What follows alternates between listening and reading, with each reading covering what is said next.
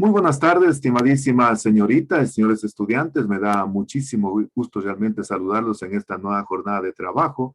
Para mí siempre es un verdadero gusto y un verdadero placer realmente volvernos a reunir en esta tarde, aún sabiendo que modestamente puedo aportar a la formación académica de ustedes como futuros ingenieros e ingenieras forestales, pero sobre todo me alienta la idea de poder aportar modestamente a la formación integral de ustedes como buenas personas, como buenos seres humanos. Yo soy un convencido de que una buena persona, un buen ser humano, puede llegar a constituirse un extraordinario ingeniero e ingeniera forestal. Así que la más cordial bienvenida. Me voy a permitir registrar la lista. Señoritas y señores, Alvarado Berta. Buenas tardes, ingeniero presente. Buenas tardes, qué gusto saludarla, bienvenida. Armijos Jefferson. Buenas tardes, ingeniero presente. Buenas tardes, qué gusto saludarlo, bienvenido. Benítez Juan.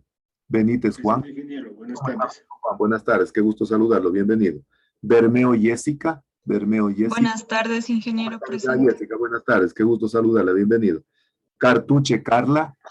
Buenas tardes, ingeniero presente. Buenas tardes, qué gusto saludarla, bienvenida. Cartuche Juan.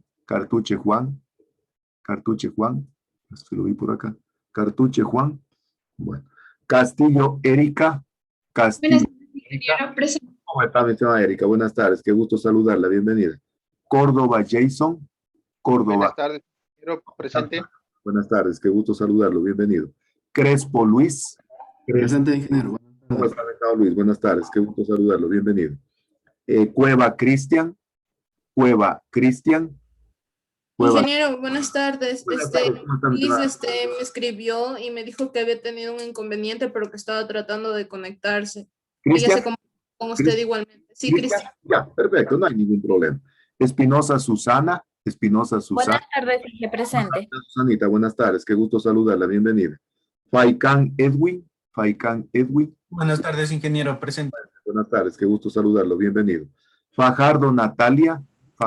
Presente, ingeniero. Buenas tardes. Buenas tardes, qué gusto saludarla, bienvenida. Guamán Jenny. Presente, ingeniero, buenas tardes. Jenny, buenas tardes, qué gusto saludarla, bienvenida. Jaramillo Allison, la vi que estaba por acá, fue la primerita que llegó al aula incluso. Allison, bueno, sí la veo que está por acá. ¿Cómo está, mis hermanos? Buenas tardes, qué gusto saludarla, bienvenida, felicitaciones, fue la primerita que llegó al aula. Jumbo Jefferson. El compañero no tenía internet, ingeniero. Ya, perfecto, no hay ningún problema, ya le justificamos. Luzón Carlos. Buenas tardes, qué gusto saludarlo, bienvenido. Morales Jan. Presente, ingeniero, buenas tardes. Carlos, buenas tardes, qué gusto saludarlo, bienvenido. Moreno Carlos. El compañero tampoco tenía internet, dijo que ya se comunicaba con usted, ingeniero. Perfecto, no hay ningún problema. Morocho Brian. Presente, buenas tardes. ¿Cómo está, mi estimado Brian? Buenas tardes, qué gusto saludarlo, bienvenido. Ordóñez Rosa.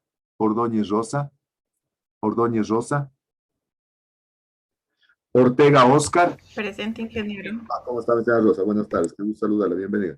Ortega Oscar. Buenas tardes, ingeniero presente. ¿Cómo está, mi estimado Oscar? Buenas tardes, qué gusto saludarlo, bienvenido. Patiño Jocelyn. Buenas tardes, ingeniero presente. ¿Cómo está, mi estimada Jocelyn? Buenas tardes, qué gusto saludarla, bienvenida.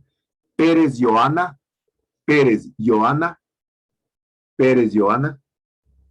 Pinta Gabriela. Buenas tardes, ingeniero presente. Gaby, buenas tardes, qué gusto saludarla, bienvenida. Poma Carlos. Presente, ingeniero, buenas tardes. Carlos, buenas tardes, qué gusto saludarlo, bienvenido. Quispe Juan. Acá está Juan. ¿Cómo está Juan? Buenas tardes, qué gusto saludarlo, bienvenido, ya lo vi. Rengel Alexis. Presente, ingeniero, buenas tardes. Alex, buenas tardes, qué gusto saludarlo, bienvenido. Rogel Leslie. Presente. ¿Cómo está, mi estimada Leslie? Buenas tardes, qué gusto saludarla, bienvenida. Sarango Daisy. Presente, ingeniero. Buenas tardes. ¿Cómo está, mi estimada Daisy? Buenas tardes, qué gusto saludarla, bienvenida. Torres Melissa. Presente, ingeniero. ¿Cómo está, mi estimada Melissa? Buenas tardes, qué gusto saludarla, bienvenida. Troya Jackson.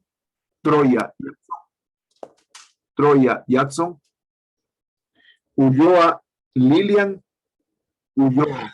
Lilian Ulloa. Lilian. Presente, ingeniero. Buenas tardes. Señora Lilian, buenas tardes. Qué gusto saludarla. Bienvenida. Ulloa Evelyn. Buenas tardes, ingeniero. Presente. Evelyn, buenas tardes. Qué gusto saludarla. Bienvenida. Vázquez Joe. Vázquez. ¿Cómo está? Buenas tardes. Qué gusto saludarlo. Bienvenido. Y finalmente, Vera Jocelyn. Vera Jocelyn. Vera Jocelyn. A ver, repetimos tal vez. Cartuche Juan. Cartuche. Buenas tardes, ingeniero. Buenas tardes, Juan. Qué gusto saludarlo. Bienvenido. Troya Byron. Troya Jackson, perdón, Troya Jackson. Troya Jackson. Y Vera Jocelyn. Vera Jocelyn. Bueno, los compañeros que faltan, por favor, Leldi, que me justifiquen la falta para que nadie se quede con la inasistencia. ¿No? Bien, una vez más, pues les reitero una cordial bienvenida a esta nueva actividad académica y a esta nueva semana. Para mí, como siempre les digo, es un gusto y un placer encontrarnos el lunes en la tarde para continuar realmente aportando a la formación profesional de ustedes como futuros ingenieros. Disculpe, yo me van a conectar, si le dijo a un compañero que me ayude. Ya, perfecto. Sí, ya me dijeron, ya, Jefferson, no hay ningún problema. Que fíjense el tiempo cómo vuela, ¿no? Estaba revisando ya la planificación académica y prácticamente ya estamos al filo de terminar el ciclo académico, ¿no? ¿Y eso qué significa? Significa de que ustedes prácticamente ya están promovidos al décimo ciclo de la carrera. Oigan, qué nivel, ¿ah? Qué nivel, cómo vuela el tiempo, ¿no? Qué lindo, ¿ah? Qué gusto que me da. Yo realmente siempre digo que ustedes para mí ya son estudiantes que están en el proceso de graduación. Yo siempre digo que ustedes ya son cuasi ingenieros e ingenieras forestales. Me da muchísimo gusto realmente haber trabajado con ustedes, con algunos incluso en el primer ciclo de la carrera de ingeniería forestal. Qué gusto, qué alegría. A mí me da un encanto realmente ver cómo mis estudiantes triunfan, cómo tienen éxito en la vida. Yo siempre digo que el éxito de los estudiantes es el éxito de la universidad, es el éxito de los docentes, es el éxito de las autoridades, es el éxito del sector administrativo, en definitiva de toda la comunidad universitaria. Me da muchísimo gusto realmente que prácticamente ya estén en este caso de la formación académica de ustedes, muy cerquita ya de terminar, verán. Fíjense que ahí es cuando a uno le comienza a coger ya sentimientos encontrados, ¿no? Es decir, mientras uno está recién ingresando a la y tienen ganas de estar en el nivel que están ustedes. En cambio, existen otros compañeros, como el caso de ustedes, como el caso de los que están en décimo, que en cambio no quieren irse de la carrera, ¿no? Fíjense cómo son las cosas es ese tipo de contradicciones que tiene la vida, ¿no? Ese tipo de generar sentimientos encontrados que tiene la vida, ¿no? Estamos prácticamente ya muy poquito de terminar el ciclo, lo que significa que ustedes van al décimo ciclo, pero eso también tiene una connotación importante desde el punto de vista académico, ¿no? Yo siempre digo que a medida que uno va subiendo un peldaño más en la formación académica, se van incrementando también las responsabilidades, ¿no? Cuando uno es estudiante, generalmente toma decisiones de carácter académicas, ¿no? Decisiones que afectan al rendimiento académico, qué sé yo, a su puntuación, a su valoración dentro de una asignatura. Lo máximo, lo más grave que puede pasar, tal vez, es que un estudiante pierde el ciclo, ¿no es cierto? Pero ya en la vida profesional se toman decisiones de carácter profesional y por lo tanto ahí es cuando uno comienza a aplicar todos los conocimientos que ha recetado a lo largo de la formación académica como futuros ingenieros e ingenieras forestales. Así que realmente los aliento a que pongamos todo el esfuerzo para que nos vaya extraordinariamente bien. Yo siempre le digo que en la vida hay dos formas de hacer las cosas, ¿no? Generalmente se las puede hacer de forma ordinaria y de forma extraordinaria. La forma de ser ordinaria es el que lo hace todo el mundo, ¿no? Es el que lo hace el común del denominador, aquel que hace salga como salga, a trancas o barrancas, dicen, ¿no? Definitivamente eso para mí no sirve. Las cosas tienen que hacerse extraordinarias y para hacerlas extraordinarias hay que planificarse, ¿no? Yo siempre les digo que el éxito viene acompañado de ese conocimiento, del esfuerzo y las actividades. Y que justamente pues el esfuerzo de ahora es el éxito del mañana, ¿verdad? Están cerquita prácticamente ya de coronar su formación académica en su vida profesional. Yo acá ya no estoy viendo a estudiantes, yo aquí estoy viendo ya a ingenieros e ingenieras forestales desempeñándose en diferentes puestos a nivel nacional, a nivel internacional, a nivel local. Claro, aquí posiblemente estén los futuros ministros del ambiente, las futuras ministras del ambiente, aquí estén los futuros directores del Ministerio del Ambiente, aquí están los futuros funcionarios de las instituciones públicas, privadas, de las ONG, aquí estoy viendo los futuros docentes de la carrera de Ingeniería Forestal. Claro, ya necesitamos hacer un recambio generacional en la carrera y ustedes son los llamados realmente a tomar la batuta, ¿no? Pero para eso necesitamos prepararnos, ¿no? Para eso tenemos que todos los días ponerle realmente toda la capacidad, todo el esfuerzo para poder realmente prepararnos de la mejor manera, haciendo efectiva esa frase que dice Henry Ford, que calidad significa hacer lo correcto cuando nadie me está mirando. Yo creo que en cualquier proceso de enseñanza-aprendizaje, en cualquier modalidad, sea esta de carácter presencial, sea de carácter virtual, como ustedes quieran llamarla, yo creo que lo más importante, si no hay la responsabilidad del estudiante, si no hay el compromiso del estudiante, definitivamente no llegamos a nada, ¿no? Por eso siempre digo que para tener éxito en la vida profesional, en la vida estudiantil, primero necesitamos prestar atención. De la atención va de la mano la comprensión. Es decir, para poder entender, para poder discernir el conocimiento, y lógicamente de la mano de la motivación y de la emoción, ¿no? La motivación es el Dios interno que tiene cada ser humano. La emoción es lo que les recuerda a la memoria, oye, vas bien, vas mal, realmente impresiónate, halágate, conténtate, asómbrate por las cosas sencillas, por las cosas pequeñitas que tiene la vida. No esperes a tener cosas grandes para alegrarte, no digas como aquellos que dicen, cuando me gradúe, ahí voy a ser feliz, o cuando me case, ahí voy a ser feliz, o cuando tenga mi carro. No, ahora, es ahora, estimadísimas señoritas, señores estudiantes. Y justamente ustedes están ya en ese proceso, ¿no? Miren, en este fin de semana, sábado y domingo, he estado repasando con un estudiante que es mi última ya tesista del proyecto Cinchona. Se graduó justamente el día jueves, verán, el día jueves. Y yo le decía a ella, a mí siempre me gusta decirles a los estudiantes que yo les dirijo la tesis, les digo de que el día que se gradúan hay dos motivaciones. La una motivación que es de carácter académica, ¿no? Es decir, esa motivación que usted hace la exposición de su tesis y cuando el presidente del tribunal le dice, qué sé yo, señorita Susana Espinosa, dispone de 30 minutos para hacer la presentación de su trabajo de investigación de tesis, ¿no?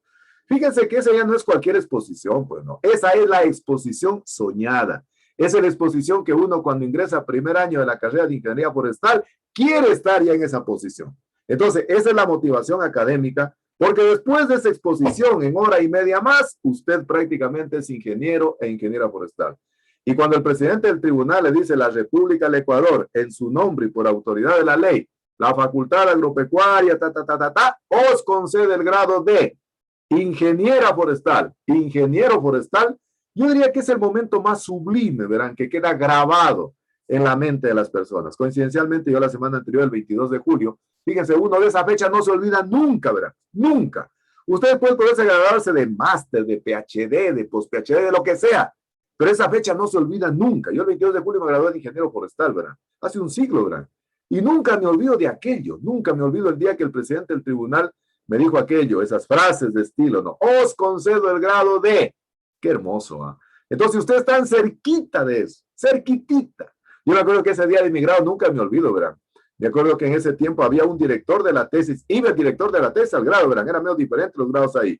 Y había 3 asesores, o sea, eran 4 en total, ¿no? 4 en total. Y yo recuerdo que un asesor de mi tesis se llamaba Víctor Hugo Loaiz, un catedrático famosísimo en la carrera de Ingeniería Forestal, llegó a ser vicerrector de la universidad también. Y me acuerdo que él era un asesor de mi tesis. Yo hice mi tesis en Galápagos. Entonces, cuando fuimos a la tesis, me dijo, a ver, tocayo, tenga la bondad, dice, abra la tesis en cualquier parte. Y justamente abrí la tesis yo hice un plan de manejo por la parte alta de la isla San Cristóbal en Galápagos. Y justamente en esa parte había el componente de la guayaba, del manejo de la guayaba. Y me dijo, a ver, sobre eso hablemos. Oigan, me sirvió en preguntas sobre la guayaba. Que realmente, bueno, primero por el nombre científico, ¿no? Después, que por qué realmente crecen de esa manera en ese ecosistema. Bueno, una cantidad de cosas. Entonces, el día del grado usted no se olvida nunca, ¿verdad? Entonces le decía a esta niña, la primera motivación, la motivación académica. Pero la segunda motivación es la más importante, la más hermosa, la más sublime. Es, yo diría, la motivación que a uno le permite realmente seguir viviendo, porque definitivamente es la primera y posiblemente la última vez en la cual usted tenga la posibilidad, el privilegio de exponer frente a su familia, frente a lo que más ama, lo que más quiere. Y ahora con este tipo de grados virtuales, miren que se da desde la salita de la casa, está sentado su papacito, su mamacita, le ponen ellos mismos la capa y todas cuestiones. Esa es la motivación más importante, le decía ayer a esta niña. Digo, ¿por qué? Porque usted por primera vez va a tener la posibilidad de demostrarle frente a lo que más ama, lo que más quiere, que es su familia, cuál es lo que usted ha aprendido durante la formación profesional. Y a través de esa exposición les va a demostrar a su familia cuánto los ama, cuánto los quiere. Y de alguna manera le va a retribuir cuánto esfuerzo ellos han hecho para permitirle la formación académica. Posiblemente uno como padre no entiende nada. Usted está hablando, no sé, de nombres científicos, pero uno se siente inmensamente feliz. Porque el éxito de los hijos es el éxito de los padres, el éxito de toda la familia. Entonces, esa es la motivación más importante, ¿verdad? Y ustedes ya están cerquita, así que no desmayen, chicos. Hay que tratar de seguir para adelante, hay que tratar de poner el último esfuerzo, la última perseverancia para que todo nos salga extraordinariamente bien. Oigan, no se contenten en hacer las cosas ordinarias, ¿ah? No hagan las cosas ordinarias, cosas que uno va y hace porque sin ninguna motivación, sin ninguna convicción, sin ningún amor por las cosas. Hagamos las cosas por motivación, por convicción, por amor propio, de tal manera que las cosas les salgan extraordinariamente bien. Y miren qué lindo que sería que Diosito me diera, ojalá, el privilegio de verlos graduados como ingenieros e ingenieras forestales. Y qué lindo de tener en ustedes esa dualidad que uno siempre espera de un profesional, ¿no? Que digan, por ejemplo, qué sé yo, la ingeniera Berta Alvarado es una extraordinaria ingeniera forestal. Una persona muy proba en su carrera, en su conocimiento, pero es una excepcional persona, es una persona humana que realmente siente, que realmente valora, qué sé yo, a la gente con la que ella trabaja. Esa es la dualidad perfecta para mí. Es decir, cuando existe un profesional que es extraordinario, que es probo, que es muy capaz, pero que realmente existe una persona que es extraordinariamente buena, un tipo, qué sé yo, respetuosa, cariñoso, humano, que entiende a los demás. No me gustaría realmente saber que son profesionales extraordinarios, que son enciclopedias como extraordinarios, pero como personas realmente dejan muchísimo que desear. Así que me gustaría realmente que fueran ustedes personas extraordinarias, profesionales probos, muy capaces, realmente de altísimo nivel académico, pero sobre todo de una altísima formación humana. Para mí, eso es lo más importante. Y para eso realmente nos vamos a preparar y para eso nos estamos preparando, para manejar el perfil más bajo, ¿verdad? El más humilde, el más sencillo.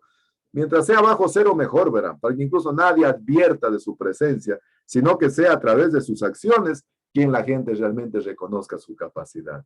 Y no confundiendo la humildad con la humillación o la humildad con la pobreza, sino realmente entendiendo que la humildad es ser la misma persona ética, sencilla, humilde, amorosa, solidaria, en épocas, qué sé yo, de abundancia, como en épocas definitivamente de pobreza, ¿no? Ahí es cuando se conoce a la verdadera persona, al verdadero ser humano, ¿no? Bien, vamos a revisar entonces la planificación académica de la asignatura, ya estamos muy cerquita de terminar. El día de hoy voy a terminar con el abordaje de la segunda parte de la metodología, y como parte de esta clase, por favor, al último estarán atentos, ¿verdad? Yo sé que algunos ya están por el Parque Bolívar, los están acá en Loja, otros ya están posiblemente en cualquier lado, menos en la clase. No hay problema, ya les dije a ustedes que a mí no me interesa definitivamente ya que estén o no estén, ya cada cual se mueve por sus intereses, o algunos que realmente ya se taparon en la camita, se acostaron, están realmente haciendo la siesta, no hay ningún problema. Me quedo con 3 o 4 que definitivamente quieran aprender, que quieran realmente estar conectados, porque al final de la clase pues va a quedar una tareita que ya está incluso en el EVA. Vamos a construir un cuestionario de encuesta, ¿no? Y vamos a ver cómo se construye entonces un cuestionario de encuesta. El día de hoy entonces voy a hablar del cuestionario de encuesta para ver realmente cómo hay que formular una encuesta desde el punto de vista técnico. A mí no me interesa realmente que hagan cualquier tipo de encuesta. Nosotros somos académicos, ¿verdad? Y por lo tanto tenemos que hacer una encuesta que esté a la altura de nuestro nivel académico. A mí me da muchísima pena cómo llegan al internet una cantidad de encuestas hoy, que definitivamente no tienen ni idea de cómo se hace una encuesta. A mí una pena terrible, oiga. Incluso profesional, lo primero que ponen, nombre y apellido. Oye, ¿para qué quieren mi nombre y apellido? Va? ¿Qué son el SRI? ¿Qué me quieren cobrar los tributos? No, una encuesta no tiene aquello. Y lo primero que preguntan, lo primero, nombre y apellido. Oiga, vamos a ver realmente que una encuesta técnica no lleva aquello. Entonces, como producto de la clase del día de hoy, va a quedar entonces una tareita para hacer un cuestionario de encuesta, ¿no? Porque vamos a avanzar de esa manera. Fíjense que quiero que vayan construyendo ya la metodología de su proyecto de investigación de tesis y ya muy cerquita ya les voy a explicar cuándo tenemos que exponer ya todo el proyecto de investigación de tesis. Entonces, ahí sí ya tenemos que trabajar con lujo de detalles realmente lo que vamos a presentar en nuestro proyecto de investigación de tesis, ¿no? Y lógicamente, para eso les voy a seguir dando los insumos necesarios para construir de la mejor manera su proyecto de investigación de tesis que les habilite para poder tener el título de ingeniero e ingeniera forestal. El día miércoles de la semana anterior, yo tengo clase con los estudiantes de primer ciclo, doy clase de 7:30, y me encanta trabajar con mis estudiantes porque tengo la posibilidad de conectarme. Y un estudiante me dio una lección de vida muy bonita. Me dijo: ingeniero, en esta pandemia hemos aprendido algunas cosas. Primero, a valorar la importancia de la familia, a valorar realmente el núcleo central que es la familia. Segundo, a valorar la importancia que ha tenido realmente vivir en convivencia. Fíjense qué bonito ese término, en convivencia. Y mi mamá me dijo, dice, mira, que no se ha necesitado de muchas cosas materiales para poder vivir. Y es la pura verdad, verán. Yo, por ejemplo, aquí todos los días paso con mi parcito de zapatos. No he estado a comprar ni tantos zapatos, hombre. Y uno es inmensamente feliz, inmensamente feliz. Y esta niña de primer ciclo me dio un mensaje de vida. Y la otra cuestión interesante, dice, hemos aprendido a valorar la ausencia. Qué bonito, oiga. A valorar la ausencia. Mire, yo no conozco a ninguno de mis compañeros que están en primer ciclo. No conozco a ninguno. Y tengo realmente ansias algún día de conocerlos para poder compartir. Yo digo, miren, yo tengo estudiantes, digo, de 9º ciclo que doy clase y ellos están al salir, en cambio, ya. Y no quieren irse. Y me decía esta niña ingeniero, yo quiero estar en 9º ciclo. ¡Qué envidia! ¡Qué sana envidia! Le digo, pero ellos todavía no están interiorizando. Verán, a veces uno cuando está en el momento de la historia no interioriza lo que está viviendo. Los invito, estimadísimas señoritas, señores estudiantes, que interioricen lo que están viviendo, el día a día que están viviendo. A ustedes no les han regalado absolutamente nada. Aquí lo han conseguido a base de mucho esfuerzo, de mucha dedicación. Ustedes van a decir, bueno, cuando ya lleguen a ser ingenieros e ingenieras forestales, digan, chica, oiga, ¿sabe que el ingeniero, ya es que Luis Crespo, que es ingeniero forestal? Dice, bueno, ¿y yo por qué no? Oye, mientras tú estabas, que se iba haciendo cualquier cosa, Luis estaba desvelando, estaba sacrificándose, estaba estudiando, estaba haciendo las tareas, estaba amaneciéndose. Y entonces justo que consiga realmente una retribución a ese éxito que está queriendo conseguir. Y lógicamente, usted está en esa cuestión. Entonces les decía a los chicos de primer ciclo, miren, los chicos están ya prácticamente presentando su proyecto de tesis. Y me decía, dice ingeniero, pero qué envidia estar en 9º ciclo, qué rico estar en 9º ciclo. Y a veces uno cuando está en 9º ciclo no valora aquello, no valora aquello.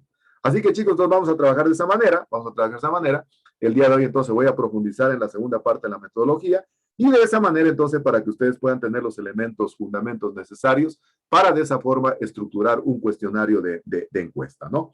Bien, entonces vamos a continuar entonces con las actividades académicas y me voy a permitir, a mí siempre me gusta empezar con una frasecita y quiero ponerles a ustedes una frase que a veces uno siempre la encuentra en muchos, qué sé yo, obras, en muchas actividades que uno hace a diario. Y me gustó esta frase porque escuché un día un programa de televisión que daba y decía que la mejor manera de aprender, escucharán, ¿verdad?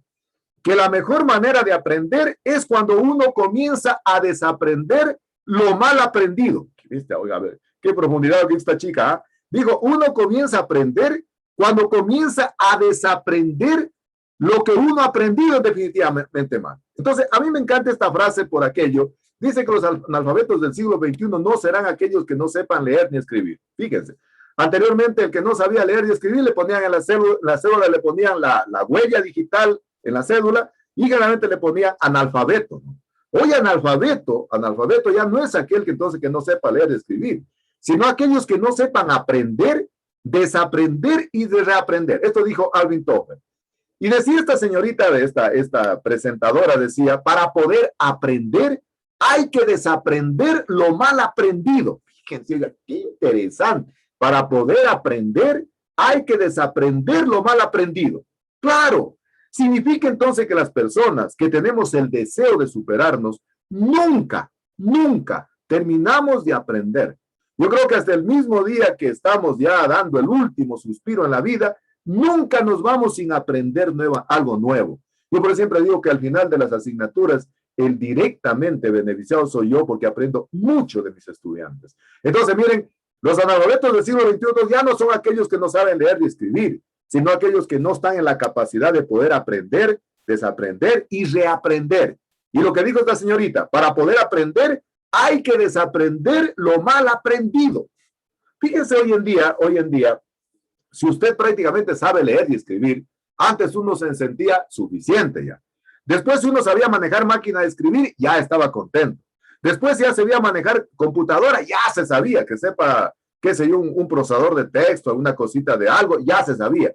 Hoy cada vez uno le toca aprender nuevas cosas y le toca desaprender, reaprender. Yo digo, ¿qué vendrá a futuro, no? Fíjense, por ejemplo, ahora con esta cuestión de la enseñanza virtual, a muchos, como en mi caso personal, que yo soy un migrante de la tecnología, me ha tocado aprender muchas cosas a fuerza, con sudor y lágrimas. Lo que posiblemente a ustedes les sea muy sencillo, para mí es muy complejo aprender aquello. Y yo digo, ¿qué vendrá a futuro? ¿Qué tendremos que desaprender para volver a aprender cosas nuevas? Yo algún rato conversaba con mi esposa y mis hijos, alguna vez conversábamos. Yo le decía, ¿qué pasaría si en este momento muchas de las personas, mi papacito falleció hace 26 años, ¿verdad? Cuando yo me gradué tuve el privilegio que mi papá estuvo en la tesis, después cuando ya me gradué en la maestría y todas cosas más, ya no estuvo. Por eso digo que es la motivación más importante el día que ustedes se gradúen, ¿verdad? Y yo le decía en mi casa, le decía, ¿qué pasaría si en este momento, por ejemplo, todas las personas que murieron, como el caso de mi papá hace 26 años, se despertaran, realmente no pudieran vivir, porque tuvieran que desaprender muchas cosas para aprender otras cosas nuevas? Imagínense que quedaran sorprendidos viendo que una persona va por la calle hablando por celular. Si todavía cuando mi papá falleció yo no tenía teléfono en la casa, por decir algo. Entonces, miren, muchas de las cosas están evolucionando y a un ritmo muy agigantado. Entonces, significa entonces que nosotros como personas, según lo que dice Topper, nunca terminamos de aprender. Todo el tiempo estamos aprendiendo. Que nunca nos conformemos de que ya hasta aquí llegué y no paso más. Es decir, hasta aquí terminó. Llega 10º ciclo, se van y dice, no voy a necesitar nunca más. No lo volveré a ver, qué sé yo, a Allison, no lo vuelvo a ver a Alex, y nunca más te vuelvo a ver. No lo volveré a ver, profesor. Ahora ingeniero eres. Oye, resulta ser que a la vuelta de la esquina usted se encuentra con Alex, jefe suyo, o Allison, jefe suya. Entonces, nunca terminamos de aprender. Por favor, tenemos que deconstruir aquello que pensamos, que ya somos un producto terminado, que ya no tenemos nada que aprender, que definitivamente nosotros ya estamos listos para empacarnos y que definitivamente pues ya no tenemos absolutamente nada que seguir aprendiendo. Todos los días estamos aprendiendo de todos y de todo. No es que yo solo aprendo de mis libros, de mis docentes, de no sé. Oiga, usted está aprendiendo de todos y de todo, todos los días. Entonces, nunca nos olvidemos esto que dice Topper, entonces que tenemos que estar en la capacidad siempre de estar predispuestos a aprender. Y lo que dijo esta presentadora, para poder aprender hay que desaprender lo mal aprendido.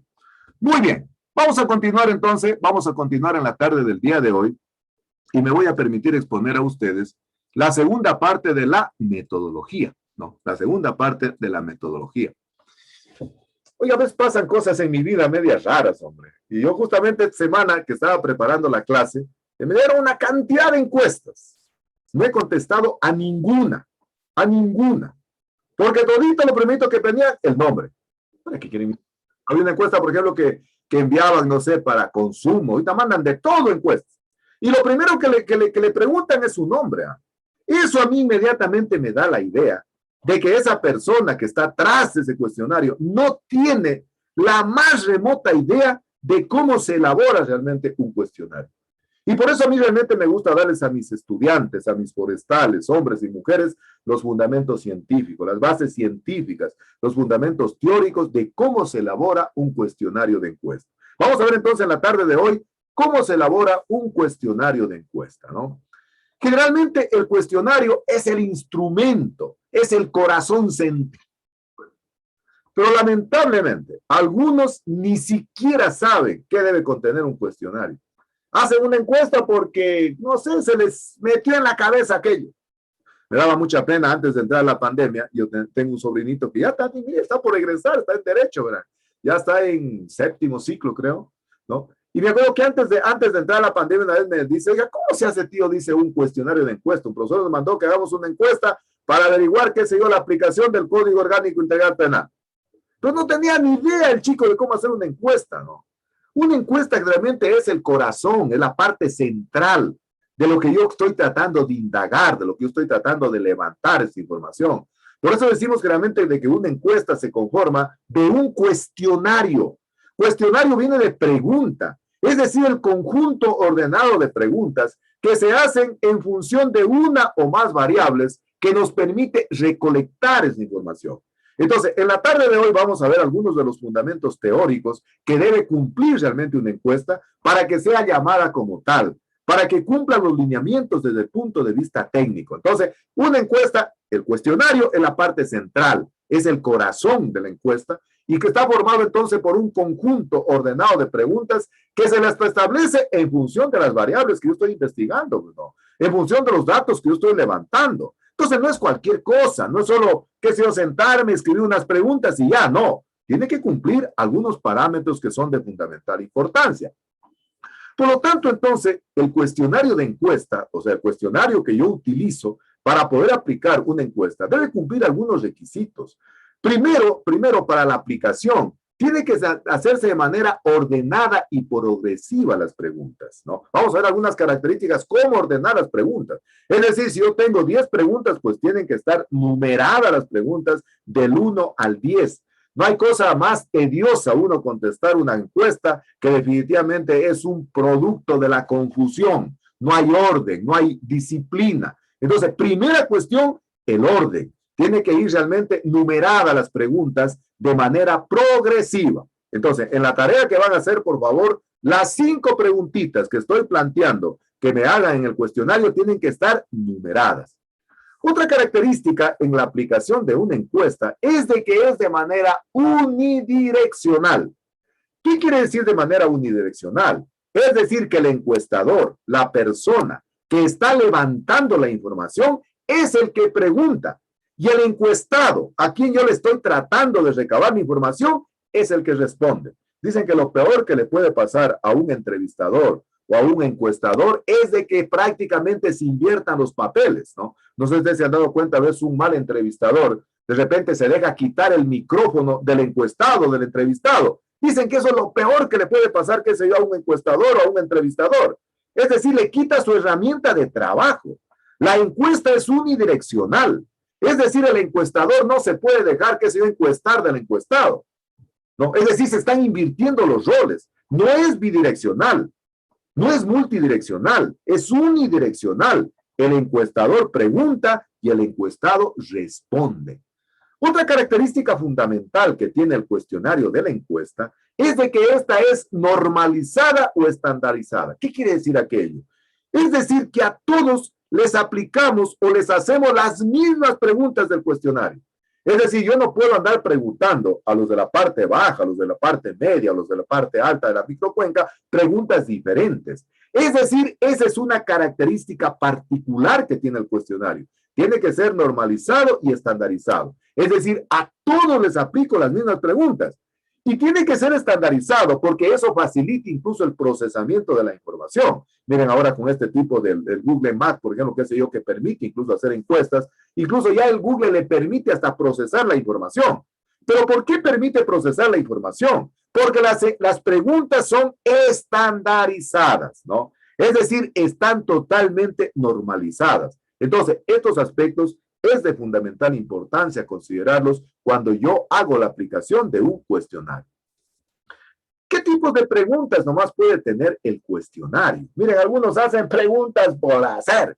Hacen preguntas, toda la encuesta, preguntas abiertas. Oiga, no se imaginan lo que es procesar una encuesta de preguntas abiertas. Porque usted prácticamente tiene que comenzar a elucubrar. Usted tiene que adivinar. Usted realmente tiene que ponerse en el plano del encuestado para interpretar ese tipo de respuestas que está dando, ¿no? Entonces, hay personas que hacen encuestas, qué sé yo, 30, 40, 50 preguntas, y de todas esas 100 preguntas, todas abiertas. Definitivamente el procesamiento de esa información es muy complicado.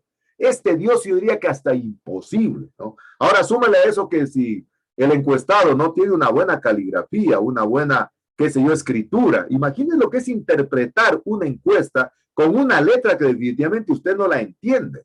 Entonces, las preguntas del cuestionario pueden ser de diferentes tipos. Pueden ser, por ejemplo, preguntas mutuamente excluyentes. Es decir, aquellas, por ejemplo, que son de contestación sí o no, de acuerdo o desacuerdo, correcto o incorrecto. Ese tipo de preguntas se llaman preguntas mutuamente excluyentes. Pueden ser también preguntas de opciones no excluyentes. Es decir, en cambio, aquellas que los incluye usted. Por ejemplo, sí, no en parte, sino a medias. Es decir, usted está incluyendo dentro de la respuesta. Pueden ser también de carácter jerarquizado. Entonces, miren, no hay un solo tipo de pregunta, ¿no? Estas jerarquizadas facilitan mucho la interpretación generalmente de los resultados. Por ejemplo, poner alto, medio y bajo. ¿Está de acuerdo con alguna cuestión? Y le pone una escala, alto, medio y bajo. En el momento que usted hace la transformación de esa información, en el momento que usted sistematiza la información, es muy fácil procesar esa información. Entonces, pueden ser preguntas también de jerarquización. Pueden ser preguntas generalmente utilizando la escala Likert, que se llama, es decir, aquellas que nos dan opción múltiple, aquellas que nos permiten una gama de respuestas y que realmente permiten determinar, por ejemplo, el grado de satisfacción de un servicio. Yo le pongo, por ejemplo, qué sé yo, ¿usted está de acuerdo con el servicio de agua potable que brindan en su comunidad? Y le pongo una gama de respuestas, una gama de opciones. Ahí estamos hablando de una escala de Likert. Entonces decimos, qué sé yo, ¿está usted de acuerdo con el servicio de agua potable que ofrece, no sé, la Junta de Regantes? Y usted pone, qué sé yo, satisfecho, medianamente satisfecho. Es decir, pone una gama de respuestas para que el encuestado pueda elegir. Ahí estamos hablando entonces de la escala Likert. Otra cuestión muy útil también que se puede hacer en las preguntas del cuestionario es hacer preguntas de respuestas desde el punto de vista numérico. Es decir, poniendo un rango, ¿no? Es decir, por ejemplo, que si ponemos un rango, por ejemplo, no sé, ustedes se acuerdan para los estudios dendrológicos, lo que plantea Fournier, ¿no? Es decir, dice, muy bien, señores, vamos a plantear en lo que tiene que ver de la evaluación de la defoliación, de la floración, de la fructificación, dice de 0 a 25%, por ejemplo, de 25 a 50, de 50 a 75 y más de 75%. Entonces, es muy fácil realmente el procesamiento de la información si usted tiene ese rango de manera numérica, es decir, para poder procesar la información. Entonces usted puede darle esa opción, ¿no? Dice, qué sé yo quiero conocer el grado de cobertura vegetal de la cuenca hidrográfica o el grado de cobertura vegetal de mi comunidad donde estoy haciendo el estudio de productos forestales no maderables, ¿no? Y le doy un rango. Y le digo, por ejemplo, considera de que su microcuenca tiene una aceptable, qué sé yo, cobertura vegetal y le voy dando datos, ¿no? Qué sé yo, del 0 al 25%, del 25 al 50, del 50 al 75 y más del 75%. Ese tipo de información es muy fácil procesarla. Pero usted también puede cambiar la pregunta, ¿no? Y hacer una pregunta abierta o cerrada. Si hace una pregunta abierta, dice, ¿cómo es la cobertura vegetal de su comunidad? Oiga, viene un tipo que es sumamente latoso y le contesta una cantidad de cosas. ¿Cómo procesa esa información? ¿No? Entonces, a veces es importante recurrir a preguntas cerradas, como su nombre lo indica, aquella que en cambio usted constriñe la información, restringe la información, le permite realmente al encuestado dar opciones para que pueda contestar la pregunta. Por eso a veces no se aconseja mucho preguntas abiertas, ¿verdad? Es decir, preguntas en donde usted lo deja en libre albedrío, en libre libertad al encuestado para que pueda realmente incluso manifestar emociones, ¿no? Puede manifestar acciones, puede manifestar cuestiones incluso de carácter personal si le deja abierto. Entonces, es importante considerar que existen diferentes tipos entonces de preguntas que se pueden hacer. No hay un solo tipo de preguntas, ¿no? Veamos en cambio en lo que tiene que ver ya con la redacción de las preguntas. Es decir, cómo hay que construir las preguntas, ¿no? Fíjense, hay mucha gente que dice que definitivamente en la redacción está la capacidad de poder comprender algo, ¿sí? Yo me acuerdo que un estudiante en primer ciclo me decía a mí, hace algún tiempo, ¿verdad? Decía, para poder, ingeniero, hablar y escribir hay que saber leer. Generalmente la redacción es la clave del éxito del cuestionario de encuesta. Es la clave del éxito de mi encuesta en definitiva. Porque generalmente si yo no estoy en la capacidad de poder interpretar la respuesta que quiero formular a mi encuestado, la información va a ser totalmente tergiversada, totalmente disparada. La redacción es de fundamental importancia. Y créanme lo que una de las grandes, diría que el cuello de botella que tenemos actualmente en la formación académica, a nivel, qué sé yo, secundario, a nivel superior, es generalmente la claridad en la escritura. Lamentablemente no hemos seguido conservando ese hábito de escribir. La mayor parte lo hacemos, que es yo, control C, control V. Y por eso realmente la misión que yo tengo como docente es de que mis estudiantes aprendan a escribir. Y para eso pongo los foritos, ¿verdad? Para que se explayen, para que escriban ustedes. Lamentablemente nos acostumbramos a hacer el control C, control V. Y el estudiante entonces se olvidó de escribir. Porque realmente hoy somos muy monosílabos, ¿no? Me pregunta por algo y decía, pongo una manito arriba, un pulgar arriba, o pongo un OK, ¿no? Y prácticamente nos estamos olvidando de escribir. Nos estamos volviendo muy escuetos, nos estamos volviendo realmente muy monosílabos. Hemos perdido esa costumbre sana de escribir. Mire, yo me acuerdo que yo hice el cuartel, ¿verdad? En ese tiempo se escribían cartas. Y la otra vez me acuerdo que cuando mi esposa estaba limpiando acá la casa, les había encontrado un cartón de las cartas que yo escribí cuando estaba en Cuba, ¿no? Chuta cantidad de cartas. Una carta tenía realmente un cuerpo. Había que tener la fecha, había que tener el saludo, había que tener la parte del desenvolvimiento y la parte de la despedida. Hoy prácticamente la gente, a ver, díganme ustedes, ¿cuántos han escrito una carta? A ver, díganme, sea una carta de cualquier cosa. A ver, ¿quién ha escrito una carta? A ver, ¿quién ha escrito una carta? A ver, ¿cuántos han escrito una carta? Pero dígame porque ahorita no puedo verlos. A Gaby la veo que levantó la mano por ahí. 3 levantó. Yo sí. A ver, Gaby levantó. ¿Quién más? ¿Quién más ha escrito? A ver. Yo también. A ver, Yo. Susana también. ¿Quién más ha escrito? A ver. Yo también, ingeniero. Ya, Carlos también ha escrito. Bueno, 7 tengo por ahí que levantar la mano, pero lamentablemente no los puedo ver porque tengo la presentación puesta acá. Pero miren, son muy poquitos, ¿no? Entonces, realmente, la encuesta, la clave del éxito de la encuesta radica en la calidad de la escritura, ¿no? Es decir, en la claridad de la pregunta que yo estoy queriendo hacer. Otra cuestión fundamental cuando uno se construye la encuesta es tratar de hacer una encuestita piloto. ¿En qué consiste la encuesta piloto? En hacer hasta cierto punto un pretest, es decir, de ensayar las preguntas. Es decir, yo hago la encuesta y les digo, qué sé yo, a 4 o 5 personas, amigos, compañeros, digo, no sea malito, ayúdenme a llenar una encuestita, ¿no? Para ver cómo reacciona, cuál es la sensación que tiene el encuestado cuando comienza realmente a contestar la encuesta. Entonces, miren, es importante hacer entonces una encuestita piloto, una encuestita previa, es decir, para ensayar realmente las preguntas y ver cuáles pueden ser los posibles conflictos que existan en la estructura, en la redacción, en la ambigüedad que puede existir, ¿no? Es decir, cómo el encuestado, cuando recibe la pregunta, reacciona, qué sensación tiene, ¿no? A ver, yo siempre me acuerdo que cuando las encuestas, por ejemplo, se escriben por ambos lados. Por ejemplo, eso es frustrante para el encuestado, ¿no? A veces uno ya está terminando de contestar la encuesta y resulta ser que da la vuelta a la hoja y ha habido otro chorizo de preguntas.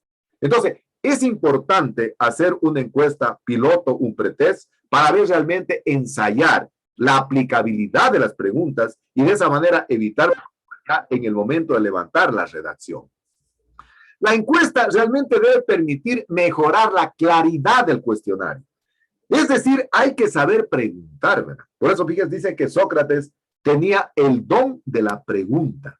Dice que Sócrates decía de que no en vano Diosito nos ha dado 2 oídos para poder escuchar y una sola boca para poder hablar. Entonces decían que Sócrates tenía realmente la capacidad en el don de la pregunta. Pero lamentablemente hemos perdido el don de la pregunta porque los niños son muy preguntones y por eso son filósofos. Usted a un niño le pregunta absolutamente todo. Le dice, ¿cómo esto? ¿Y por qué esto? ¿Y cómo sale esto? ¿No? Entonces dicen, ¿por qué realmente se perdió la capacidad de preguntar de nosotros en la escuela, en el colegio, en la universidad? Porque lamentablemente en la formación escolarizada no le califican a usted por la pregunta, le califican a usted lamentablemente por la respuesta, Entonces, la encuesta piloto debe tratar de mejorar la claridad del cuestionario. Es decir, para ver qué siente el encuestado en el momento que recibe el formulario de encuesta y realmente cómo reacciona en la contestación. Puede ser que una pregunta para usted está muy bien formulada, pero el encuestado la interpreta de otra manera. No se diga si es, por ejemplo, con otra cultura, con otra cosmovisión. Posiblemente lo que para usted signifique una cosa, para él signifique otra, tiene otra sensación. Yo siempre digo que uno de los mayores problemas que yo tenía en Cuba al principio era con el lenguaje, ¿no? Había muchas palabras que yo las repetía y que definitivamente para los cubanos significaba otra cosa. Porque a mí me acuerdo que cuando recién llegué a Cuba, estaba trabajando en el laboratorio las primeras semanas, creo, y bueno, los profesores, algunas técnicas ahí que trabajaban en el laboratorio de biotecnología, me preguntaban, oiga, Víctor Hugo, ¿y usted cómo hizo para llegar a Cuba? Y yo decía, yo me vine, cosa que todas se ponían así, pero rojas. Y yo no sabía por qué estaba diciendo. Y alguna vez le pregunté a una amiga o sea, era de mucha confianza, y después le dijo, yo decía, dice, eso es terrible acá, eso no se puede decir. Es decir, lo que para usted puede estar claro, puede significar una ambigüedad para la otra persona. Y hay que tener mucho cuidado en la claridad del cuestionario. Por lo tanto, entonces, me voy a permitir darles algunas reglitas para poder realmente hacer la formulación de las preguntas. Y esto es con la finalidad de que mis forestales definitivamente no cometamos ese tipo de errores crasos que cometen la mayor parte cuando hacen encuestas. Algunos piensan que la encuesta es facilita, ¿verdad? Hazte una encuesta, dice y pregunta ahí. Y resulta ser que la encuesta, no sé, no tiene ningún sentido. O sea, no ha tenido ninguna interpretación desde el punto de vista académico. Entonces, en base realmente a la pequeña experiencia que se ha ido recabando a lo largo de estos 30 años de docencia, me voy a permitir ponerles algunas reglitas claras de cómo se deben formular las preguntas. Yo me acuerdo hace unos 5 años o 4 años tal vez, estaba dando clase a los estudiantes de 5º año, como se llamaba en ese tiempo, y 9º ciclo, creo 10º, no me acuerdo en qué año se daba proyectos de investigación, pero es que estaba en 10º, creo que se daba verano. Y estábamos en el aula ahí que queda casi diagonal donde funcionaba Cristian, al ladito. Ustedes sí conocen, pues no, sí puedo indicarles. Y estaba ahí empezando la clase, tenía la clase a las 3 de la tarde y de repente tocan la puerta. Salgo un compañero de la universidad y me dice, hola Víctor Hugo, ¿cómo te va? Dice, hermano, quiero pedirte un favor muy especial. Le digo, sí, claro, dime. Dice, sabes que estoy haciendo un estudio de doctorado, bueno, en una universidad peruana era, me acuerdo. Y dice, mire, estoy haciendo, él no era, ¿verdad?, de formación ingeniero forestal, tenía otra formación académica. Entonces me dice, mire, estoy queriendo recabar información de estudiantes, y tuya también, dice, sobre mi tesis que estoy haciendo de doctorado, y quisiera rogarte que me dieras la apertura para poder ingresar al aula y rogarles a los estudiantes que me ayuden con la llenada de encuesta. Yo tengo a mi compañero, le digo, pasa, adelante. Entonces pasa adelante y les entrega un libretín de encuesta a los estudiantes. Entonces, me entregó también a mí, yo la comencé a fojear, chuta, habían siquiera unas 100 o 200 preguntas. Todos los estudiantes me dijeron, ingeniero, dígale a su compañero que le vamos a entregar mañana, mañana le traemos el cuestionario contestado. Era terrible la cantidad de preguntas que había, y la mayor cantidad de preguntas de carácter abierto. Primero, hay que valorar el tiempo del encuestado, ¿verdad? El encuestado le está suministrando a usted información valiosísima para su tesis de manera totalmente gratuita, ¿verdad? Por lo tanto, no se puede abusar del tiempo. Oigan, la encuesta era tan larga y era por ambos lados, una letra pequeñitita, creo que era tamaño 9, ¿no? Pero habían más de 200 preguntas, era sobre la cuestión ambiental, me acuerdo. Al otro día, llegó el compañero, le digo, sabes que yo de aquí tengo clase con ellos el próximo lunes, el lunes próximo, ven para que las retires. Yo creo que tal vez si le contestaron, creo que éramos 30 estudiantes, si le contestaron unos 15, no le contestaron más, ¿verdad? Muchas de las preguntas habían quedado sin contestar, ¿no? Es decir, un formulario de encuesta muy largo es muy tedioso. Realmente el porcentaje de respuesta es muy bajo. Hay que hacer preguntas que sean sencillas, que estén bien redactadas y que permitan comprenderse con facilidad por los encuestados. Nunca utilizar tecnicismos, nunca utilizar términos técnicos. Claro, usted por lucirse se puede utilizar un término técnico súper importante, pero que solo entiende usted y los encuestados no lo entienden. La pregunta tiene que ser sencilla, tiene que ser redactada con un lenguaje que lo puede interpretar el común del denominador de los encuestados. Imagínate, por ejemplo, usted le haga, diga, desde el punto de vista dendrofenológico. ¿Dendrofenológico? ¿Qué será? Ni yo que soy ingeniero forestal posiblemente lo tengo bien al término. Entonces, hay que tratar de utilizar términos que prácticamente los puedan entender todos. Las preguntas tienen que ser sencillas, redactadas realmente para que todos puedan comprender con facilidad. Y que no sean muy largas, ¿no? Imagínense un cuestionario que a usted le dan de 30 preguntas nomás. Chuta, ya es tiempo suyo. Usted tiene que valorar el tiempo de los demás, verán. Recuerden lo que yo siempre digo, ¿no? Que el tiempo de los demás no es su tiempo, ni mucho menos mi tiempo es el tiempo de ustedes. Entonces, hay que valorar aquí. Otra regla que hay que tomar en cuenta, nunca incorporar juicios de valor. Es en términos que realmente hieran la susceptibilidad de las personas. Términos de carácter moral, por ejemplo, que puedan herir la susceptibilidad de las mujeres, por ejemplo, o de grupos vulnerables, o de grupos realmente que están en descompensación. Entonces, hay que tener mucho cuidado en no emitir dentro de las preguntas juicios de moral. Es decir, que vayan a herir, por ejemplo, la susceptibilidad de grupos que tengan realmente, no sé, vulnerabilidad desde el punto de vista social, desde el punto de vista de género, desde el punto de vista cultural. Nunca sugerir la respuesta, incitando la contestación. Oiga, es de Ripley escuchar las preguntas que hacen los encuestadores, cuándo, qué sé yo, se van a elegir alcalde, presidente, o alguna dignidad a nivel nacional. O sea, son capaces de decirle, oiga, ¿sabe? Le gusta este candidato que tiene tales y tales características. Oye, ya le está diciendo, pues, hombre. Es decir, ya le está incitando, le está promoviendo, lo está induciendo a que conteste de esa manera. Entonces, lo que yo siempre digo a veces, a ver, dígame, ¿qué quiere que le conteste a? ¿Qué quiere que le diga? En definitiva, significa aquello. La encuesta no debe ser aquello.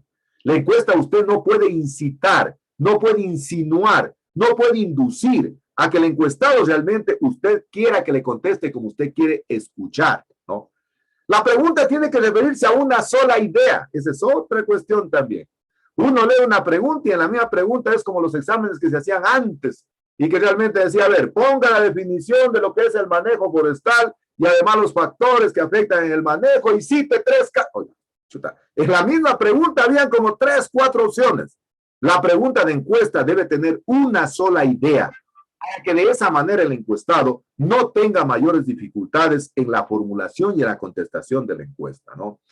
Hay que tratar de que las preguntas realmente que estén dentro de una misma temática, si es posible, irlas catalogando, irlas estandarizando, irlas juntando dentro del mismo cuestionario para que el encuestado se le facilite la formulación y la contestación de la pregunta. Es decir, si le están preguntando algo, no sé, sobre educación ambiental, pues tratemos de poner todas las preguntas de educación ambiental ahí para que el encuestado realmente se le facilite poder contestar ese tipo de preguntas. Nunca juntar preguntas que realmente insinúen o que influyan sobre la contestación de otra. Esto se conoce el efecto halo, es decir, el efecto realmente que insinúa, que arrastra la pregunta anterior. Es decir, nunca tratar de insinuar la pregunta 7 que realmente sea la de la pregunta 8 y a su vez la 8 la de las 9. Eso es un efecto halo que hay que tratar de evitar. Vamos a ver cómo se estructura entonces el cuestionario de encuesta y esto es lo que tienen que hacerme en la tarea. Entonces, lo están escuchando, pues verán, muy cuánto que lo están escuchando en la tarea, verán. Los que no hacen a trancas y barrancas como salga. Primera cuestión, toda en la encuesta, en la parte superior, debe tener la parte de los créditos, ¿no? ¿Cuál es la parte de los créditos? La Universidad Nacional de Loja, la Facultad Agropecuaria, la carrera de Ingeniería Forestal. Es importante que vayan los logotipos de la universidad y el logotipo de la carrera de Ingeniería Forestal, como yo tengo aquí en la presentación, ¿no? Porque eso nos identifica, nos da pertenencia. Si a mí me hace una pregunta que si una persona a título personal, es diferente a que me lo haga a título institucional, a título de la organización a la que él representa. Por ejemplo, que lo haga la universidad. Entonces vamos a poner la parte de los créditos, que es de fundamental importancia poner la parte de los créditos. Luego de eso hay que poner el número de la pregunta. Bueno, pregunta número 1, ¿no? El número de la encuesta. Es decir, por ejemplo, número, para saber qué es la encuesta 1, no sé, usted tiene que encuestar 30 personas. Entonces, la encuesta 001, la 002, la 029 y la 30, ¿no? Entonces le ponemos en la margen superior derecha, puede ser el numerito de la encuesta.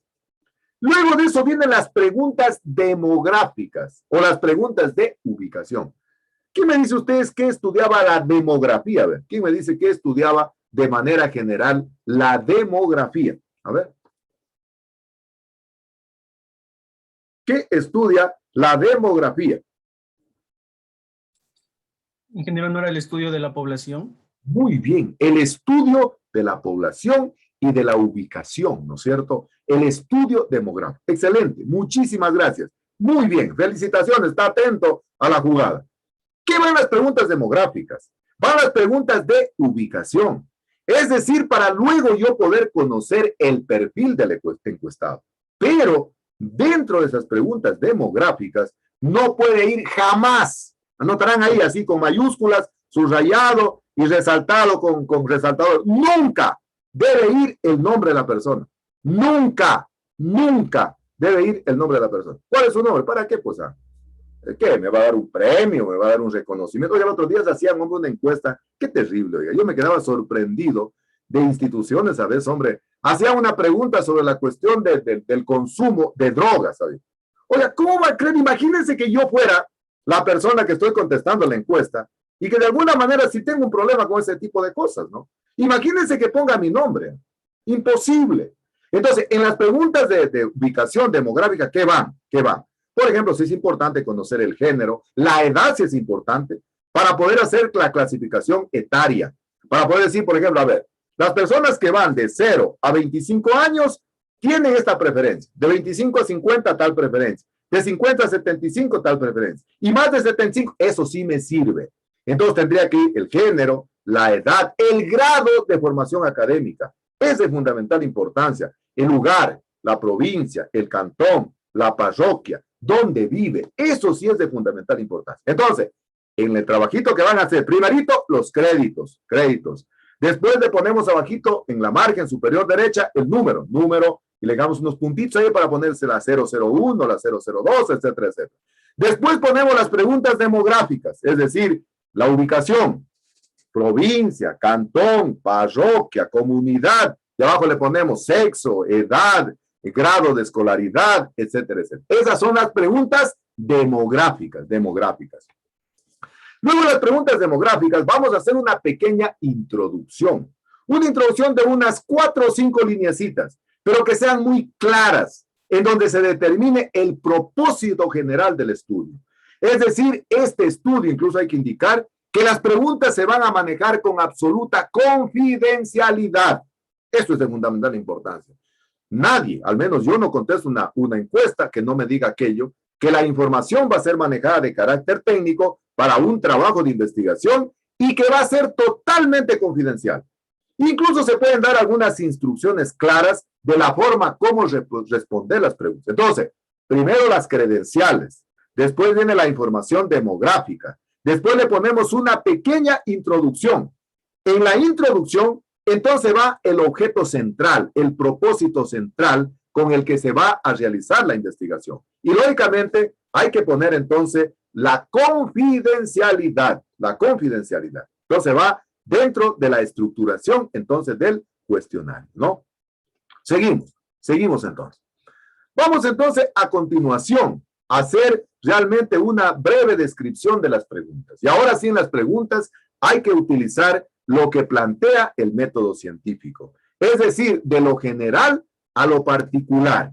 Empiezo con las primeras preguntas que sean un poco neutrales, que sean fáciles, que sean interesantes, de tal manera que al encuestado lo voy prácticamente alando, lo voy prácticamente metiendo poquito a poco, como cuando generalmente se está haciendo, no sé, pesca. Entonces, poquito a poco estoy cazándolo, ¿no? Es decir, lo empiezo haciendo preguntas neutrales, fáciles, interesantes, y luego entonces ya le puedo ir disparando las otras preguntas, ¿no? Y al final, incluso puede ser que en algunos casos se pone la información demográfica, en algunos casos, pero a mí generalmente me acostumbro mejor poner después de la parte de las credenciales, ¿no? Pero en algunos casos, daránse cuenta que les ponen al final las preguntas demográficas. Al final de la encuesta hay que poner un agradecimiento, claro, incluso poner un correo electrónico suyo, ¿no? Para que lo puedan contactar. Recuerde que la información que a usted le está proporcionando el encuestado es una información súper valiosa para usted y que le va a permitir optar su título profesional. Por lo tanto, lo mínimo que le puede decir, ponerle muchísimas gracias por su colaboración, qué sé yo, y le deja su correo electrónico. De repente, no sé, necesita él recabar alguna información. Entonces, el agradecimiento es fundamental.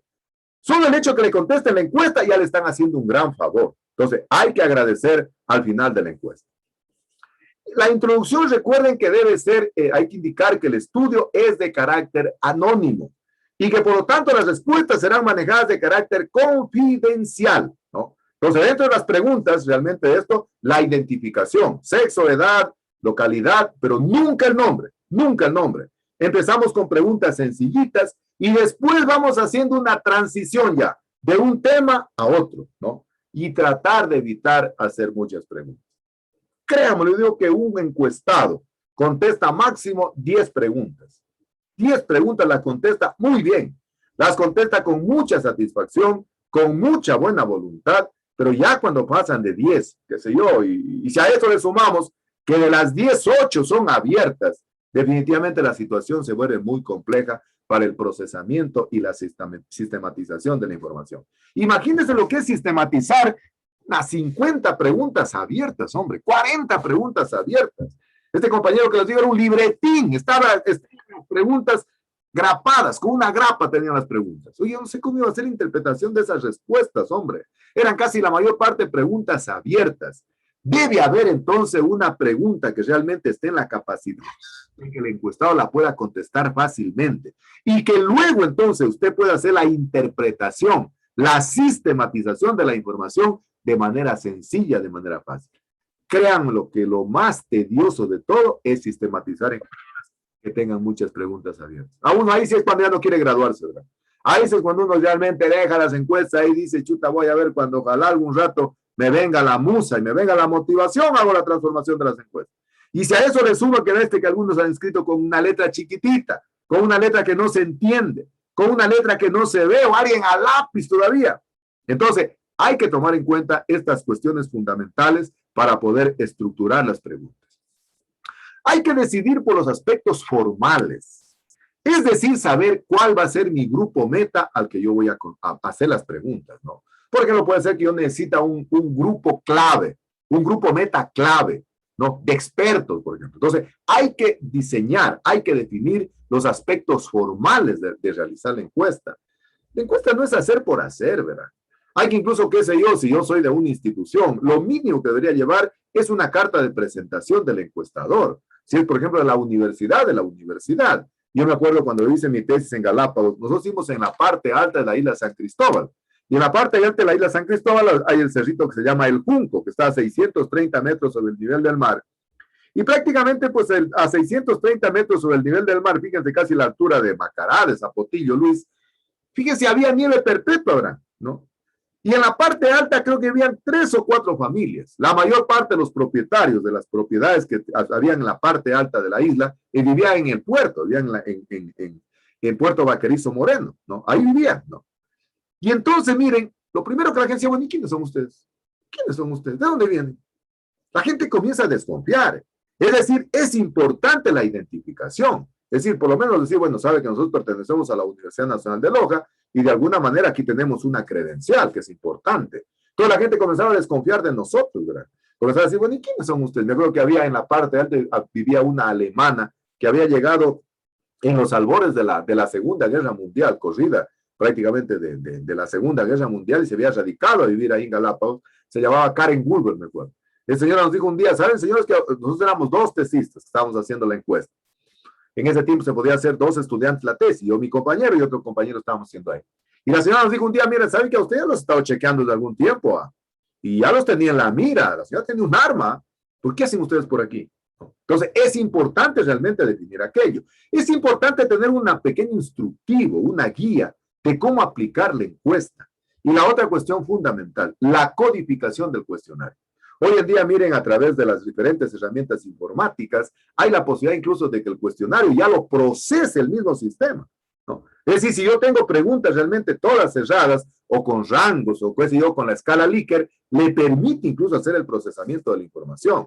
Entonces, es importante realmente tratar de codificar cada una de las preguntas que vamos a formular. ¿Cómo se aplica el cuestionario?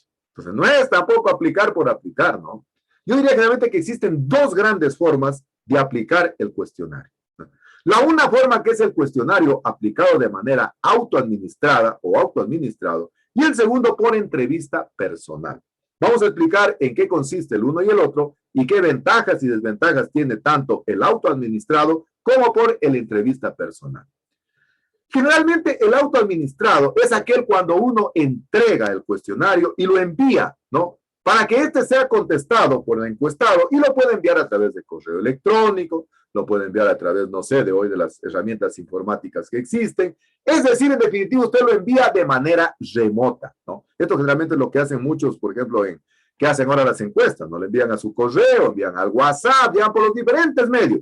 Es decir, es el medio autoadministrado, ¿no? Es decir, usted no se pone face to face con el encuestado para hacer, sino que usted lo envía de manera remota. Por ejemplo, el ingeniero Hugo Sáenz, que hace el seguimiento a los graduados en la carrera, él por ejemplo los contacta a través de las diferentes redes sociales. Entonces envía el formulario y los encuestados, realmente a vuelta de correo o a vuelta de la herramienta informática que esté utilizando, entonces le hacen la definición del encuestado. Entonces, ese tipo de aplicación de la encuesta se llama autoadministrado. La segunda forma o la segunda manera de aplicar la encuesta es a través de la entrevista personal. Es decir, cuando existe una tercera persona, que en este caso es el encuestador, que hace las preguntas de manera personal, face to face, cara a cara. O puede ser a través del teléfono, o puede ser a través del Zoom ahorita, del chat. Es decir, pero usted lo está realmente visualizando a la persona. Nosotros, por ejemplo, en la parte alta de Galápagos teníamos que hacer a las personas que estaban ahí. Y miren, así que sea, se cometían errores, ¿no? Yo me acuerdo, nos pasó una anécdota súper interesante, me acuerdo ahí en esas encuestas. Fíjense que los 6 o 7 pobladores que vivían en la parte alta de la isla, todos eran lojanos, eran de Cariamanga, eran de Malacate, eran de Macará, eran de Zapotillo. Ustedes saben que en la época de la sequía, década de 1970, mucha gente salió a poblar el oriente ecuatoriano y Santo Domingo, y otros fueron a Galápagos, ¿no? Se ve a mucha gente, especialmente en la provincia de Loja, en Galápagos, ¿no? Y me acuerdo que alguna vez estábamos censando a un coterráneo nuestro y le estábamos preguntando el número de hijos, cuántos hijos tenía para poder determinar en el plan de manejo realmente algunas actividades que se podrían hacer de remediación.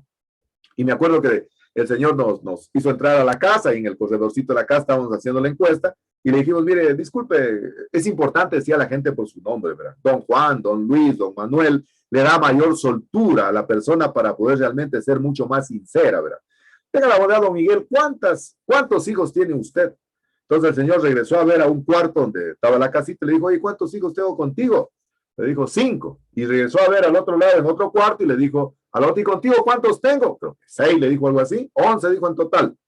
Y después nosotros quedamos un poco sorprendidos de ese tipo de cuestiones que pasan, ¿no? Face to face, en la segunda parte, en la segunda manera, cómo administrar el cuestionario.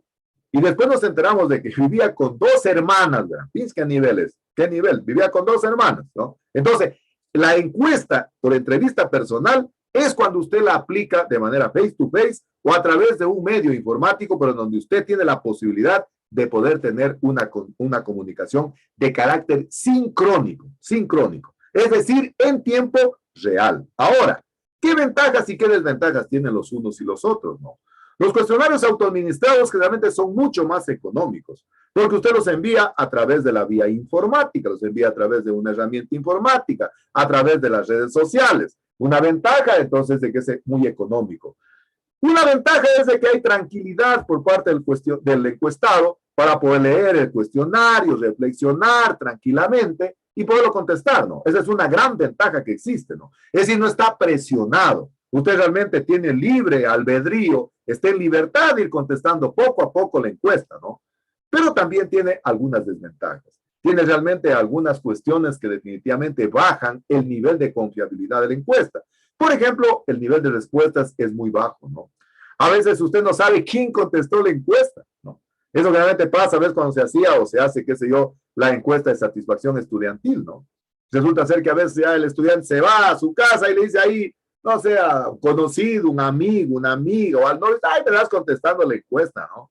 Y como realmente él no conoce, ya el ingeniero ya llega a clase, no llega, ¿no? Entonces, este tipo de encuestas autoadministradas tienen ese inconveniente, ¿no? De que la tasa de respuesta generalmente a veces es muy baja y realmente no se tiene certeza en la validez de la información. Ya vamos a ver que es importantísimo cumplir 2 requisitos fundamentales en la encuesta, la confiabilidad y la validez.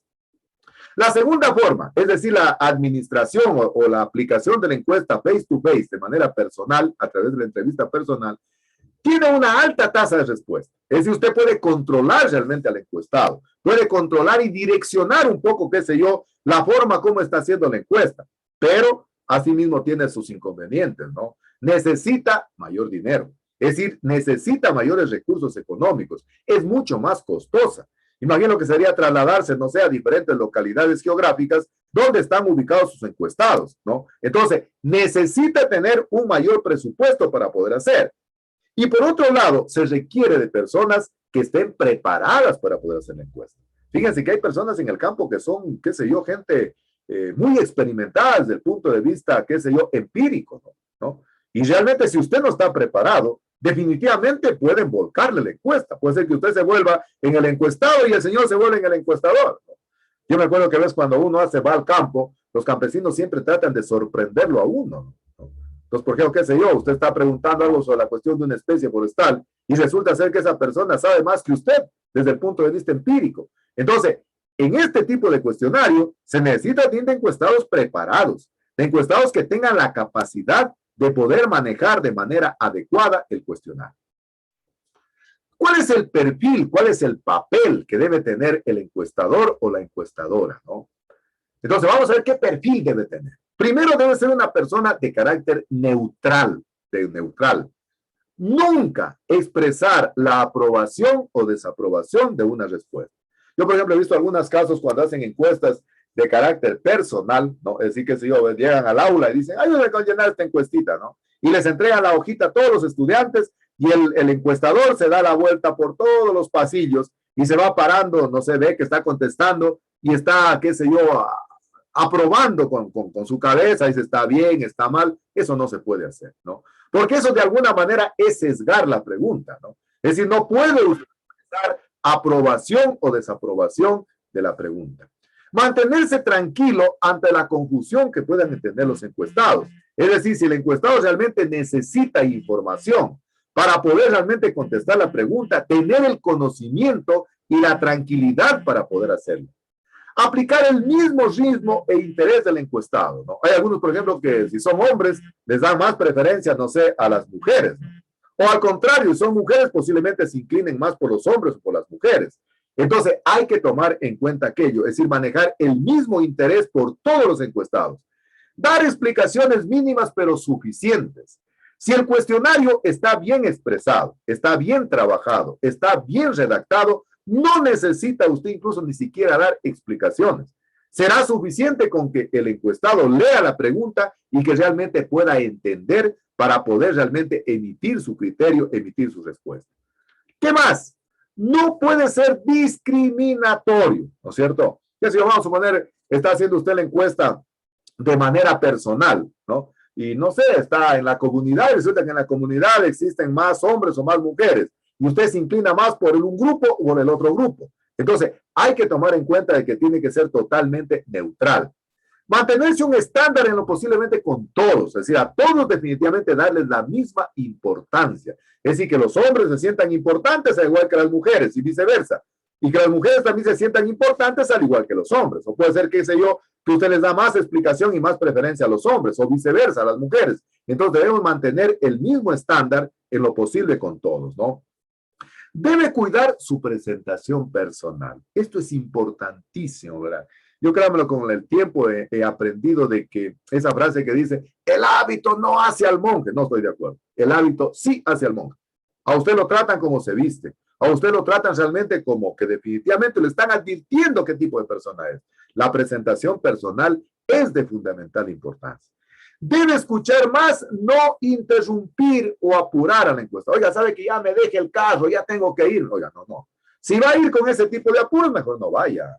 Vaya con tiempo, vaya realmente con el suficiente tiempo de antelación para poder hacer su encuesta. Porque si usted lo comienza a apurar al encuestado, definitivamente él va a ponerle cualquier cosa o no le va a contestar todas las preguntas. Entonces, hay que ir con el suficiente tiempo para poder escuchar, no interrumpir, tampoco apresurar por demasiado tiempo al encuestado. Otro elemento fundamental que hay que considerar cuando se formula el cuestionario de la encuesta es la confiabilidad y la validez del cuestionario. Estos son dos elementos claves, ¿verdad? Yo diría que la clave del éxito del cuestionario radica en la confiabilidad y la validez. ¿Qué significa la confiabilidad? La confiabilidad, por ejemplo, significa que es confiable si significa lo mismo para todos. Es decir, si la pregunta que yo he elaborado, la pregunta que yo he esgrimido, la pregunta que yo he esbozado, definitivamente para todos tiene el mismo significado. En ese momento yo digo que mi cuestionario es confiable. Pero si yo, por ejemplo, le digo que es un brinzal, ¿no? Y resulta ser que para unos interpretan que es un brinzal, para otros lo confunde con el atizal y para otros no, lo confunde con el fustal. Entonces, el grado de confiabilidad de su encuesta no es el adecuado, porque la pregunta no estuvo bien formulada. Entonces, hay que tomar en cuenta de que la confiabilidad se incrementa a medida de que todos conozcan el significado de la pregunta. Es decir, que para todos represente exactamente lo mismo. Se puede incluso utilizar una escala, ¿no? Una escala. Yo decía, para con la finalidad de tener los mismos resultados.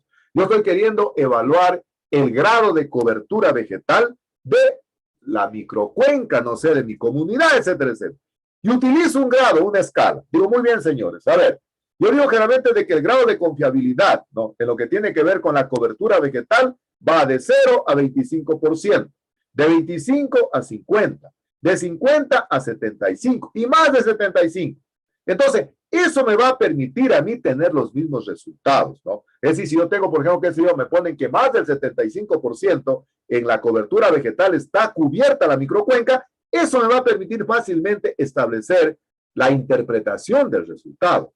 Es decir, la confiabilidad implica la consistencia del cuestionario, la consistencia de las preguntas, ¿no? Entonces, eso es de fundamental importancia. Hay que tratar también de que el encuestado tenga la información necesaria, pues, ¿no? No se puede encuestar a cualquiera, ¿no? En el camino voy a encuestar a ese señor que viene ahí, ¿no? Es decir, hay que tratar de encontrar informantes claves. Es decir, a quienes realmente me puedan proporcionar información fidedigna. No se trata solo de completar el número de encuestas, ¿no? No se trata con la finalidad de completar las 30 encuestas en la parte baja, 20 en la media y 10 en la alta, pues encuesto a todo el mundo. Tengo que tratar de que el encuestado tenga la información necesaria, tenga conocimiento de causa, de tal manera que se constituya en un informante clave.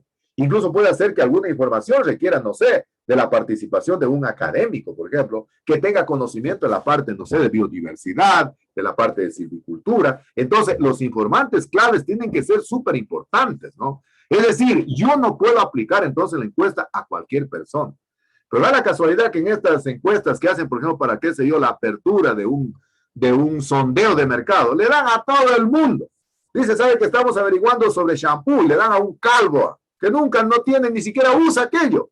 Es decir, tenemos que buscar informantes claves.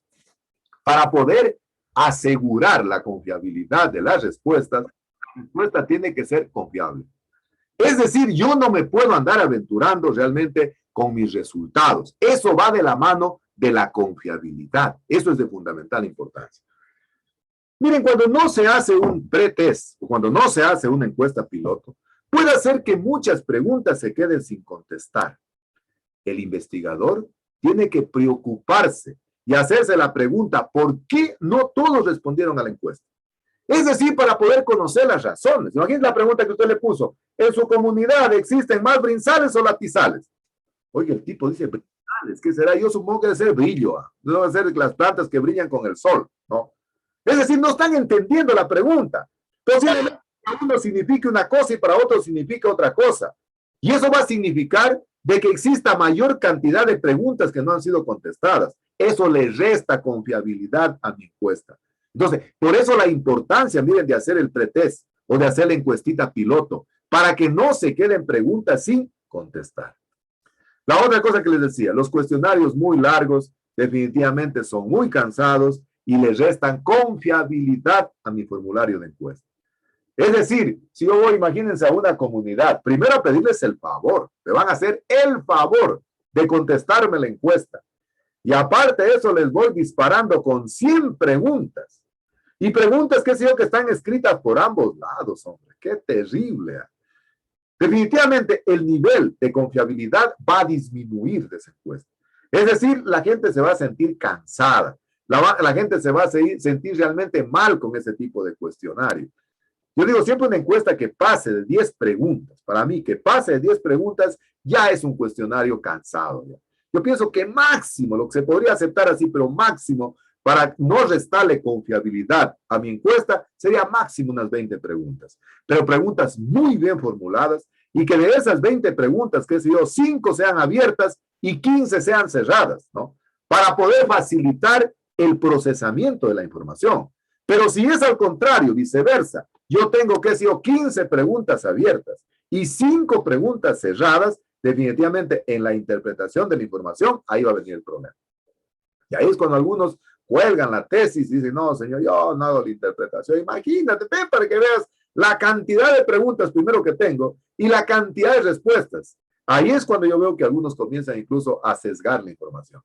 Y ahí es cuando definitivamente se pierde el valor ético del investigador, porque comienza él a hacer la interpretación a su manera. Eso les resta confiabilidad, cuestionarios que son muy largos. Veamos desde el punto, en cambio, de que una pregunta estimula información exacta, una pregunta, decimos que es confiable, que en cambio tiene validez, desde el punto de vista de la validez, cuando estimula realmente la respuesta, o sea, cuando el encuestado se siente bien contestando esa pregunta, ¿no? Es decir, está tan a gusto con la pregunta formulada que realmente le va a dar validez a su encuesta. Es decir, eso le va a dar validez a su encuesta. La selección y la redacción son determinantes en la validez de la pregunta. La selección de la pregunta, la redacción de la pregunta, ¿no?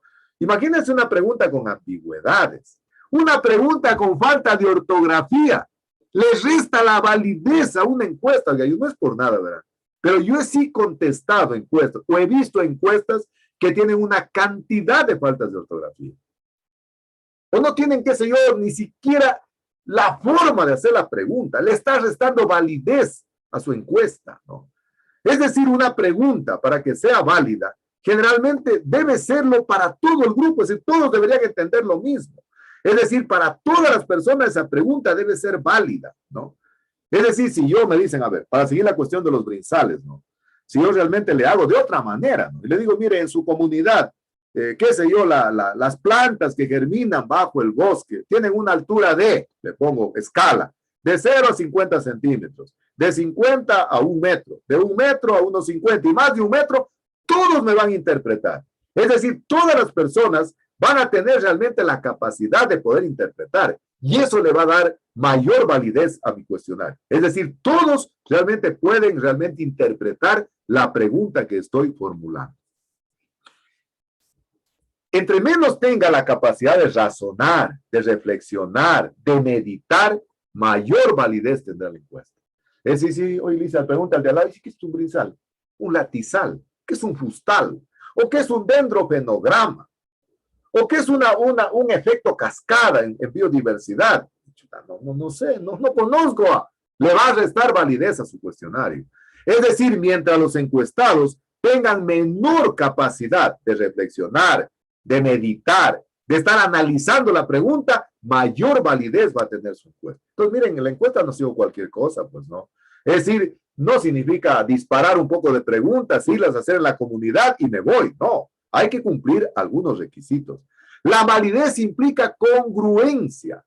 Es decir, que exista realmente la capacidad de congruencia entre las preguntas. Es decir, entre lo que yo estoy planteando en la pregunta.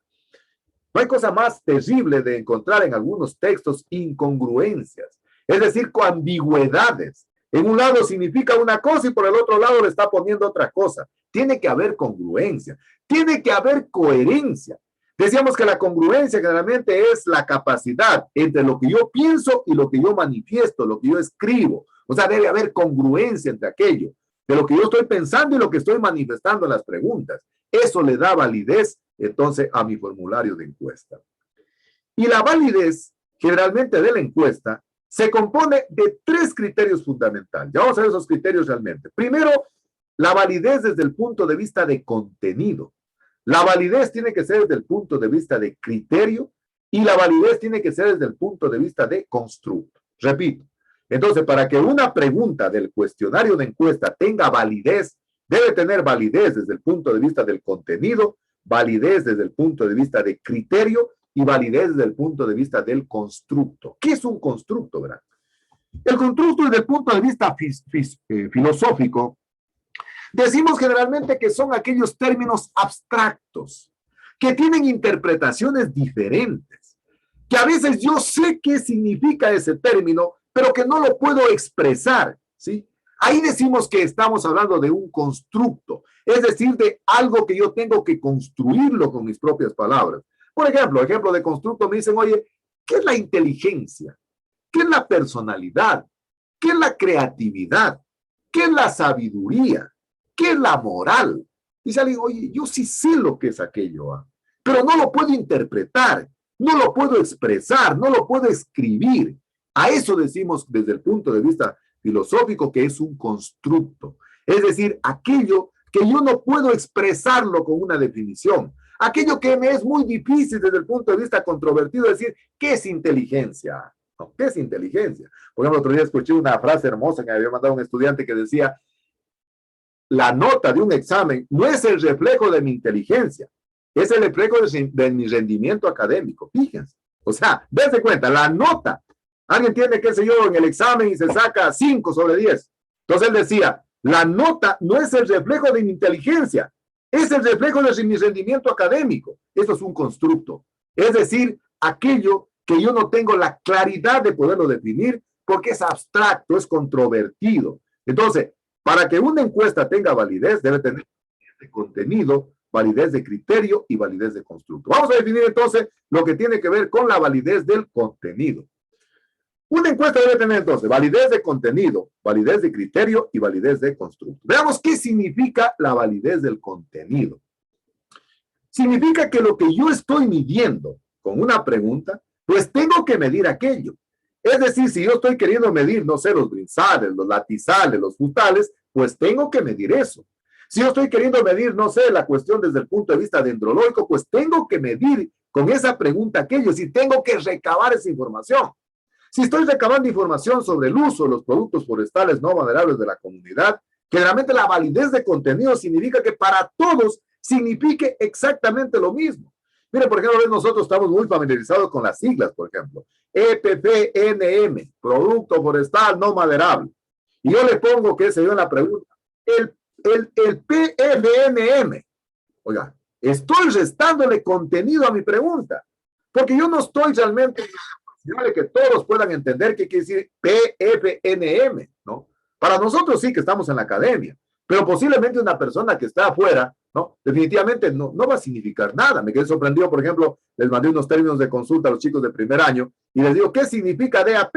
Yo pensé que esto iba a decir diámetro de la altura del pecho. Un chico vino a decir diferencia, no sé, arbitraria, proporcional, así como así me dijo. Y estaba en toda su razón, porque no tiene razón de saberlo todavía. La validez de contenido es cuando prácticamente el instrumento que usted mide significa para todos lo mismo. Es decir, si yo estoy queriendo levantar información sobre la actitud de las personas, pues tengo que medir ese tipo de emociones, ¿no? Entonces, a eso se refiere la validez desde el punto de vista del contenido.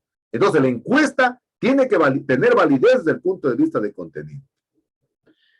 El segundo elemento fundamental para que la encuesta tenga validez y confiabilidad, generalmente es el criterio de validez de criterio.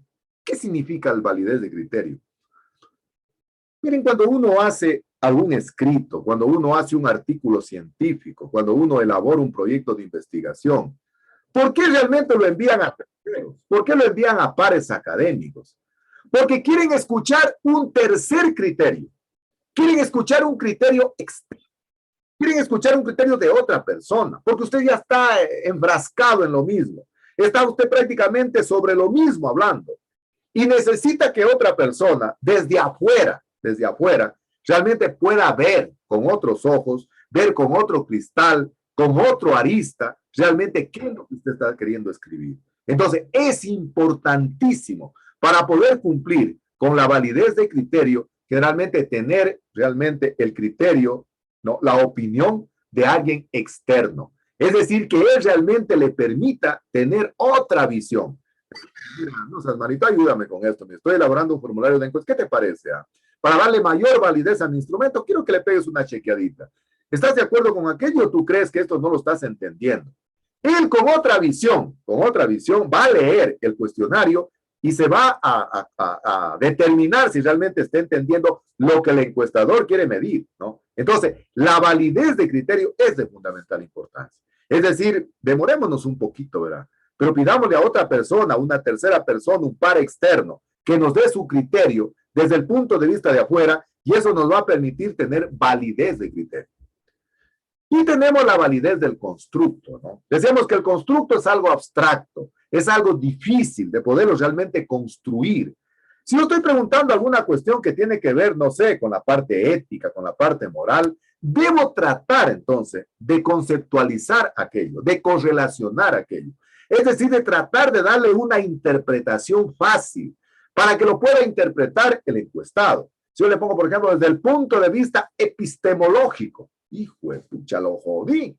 O desde el punto de vista de la hermenéutica, o desde el punto de vista cognoscitivo. Estoy utilizando un término abstracto, un término construido, que es complicado. Entonces debería tratar, si yo digo desde el punto de vista cognoscitivo, digo desde el punto de vista del pensamiento, ¿no?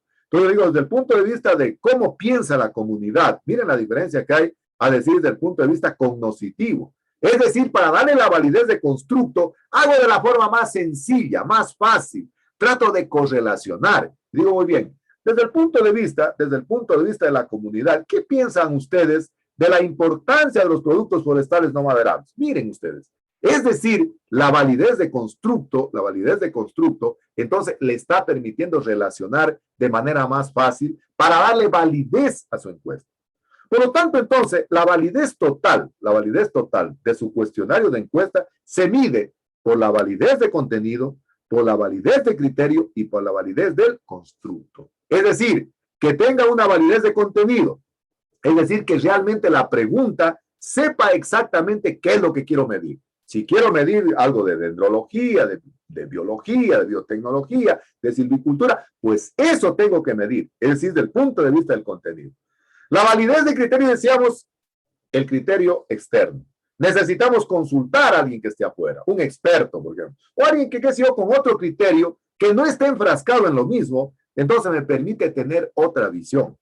Y la visión de constructo, tratar de correlacionar lo más sencillo posible para no enfrascarnos en una cuestión, qué sé yo, muy etérea, muy complicada, muy conflictiva, ¿no? Si yo le pongo, imagínense, desde el punto de vista epistemológico, yo le pongo desde el punto de vista de la investigación, ¿no?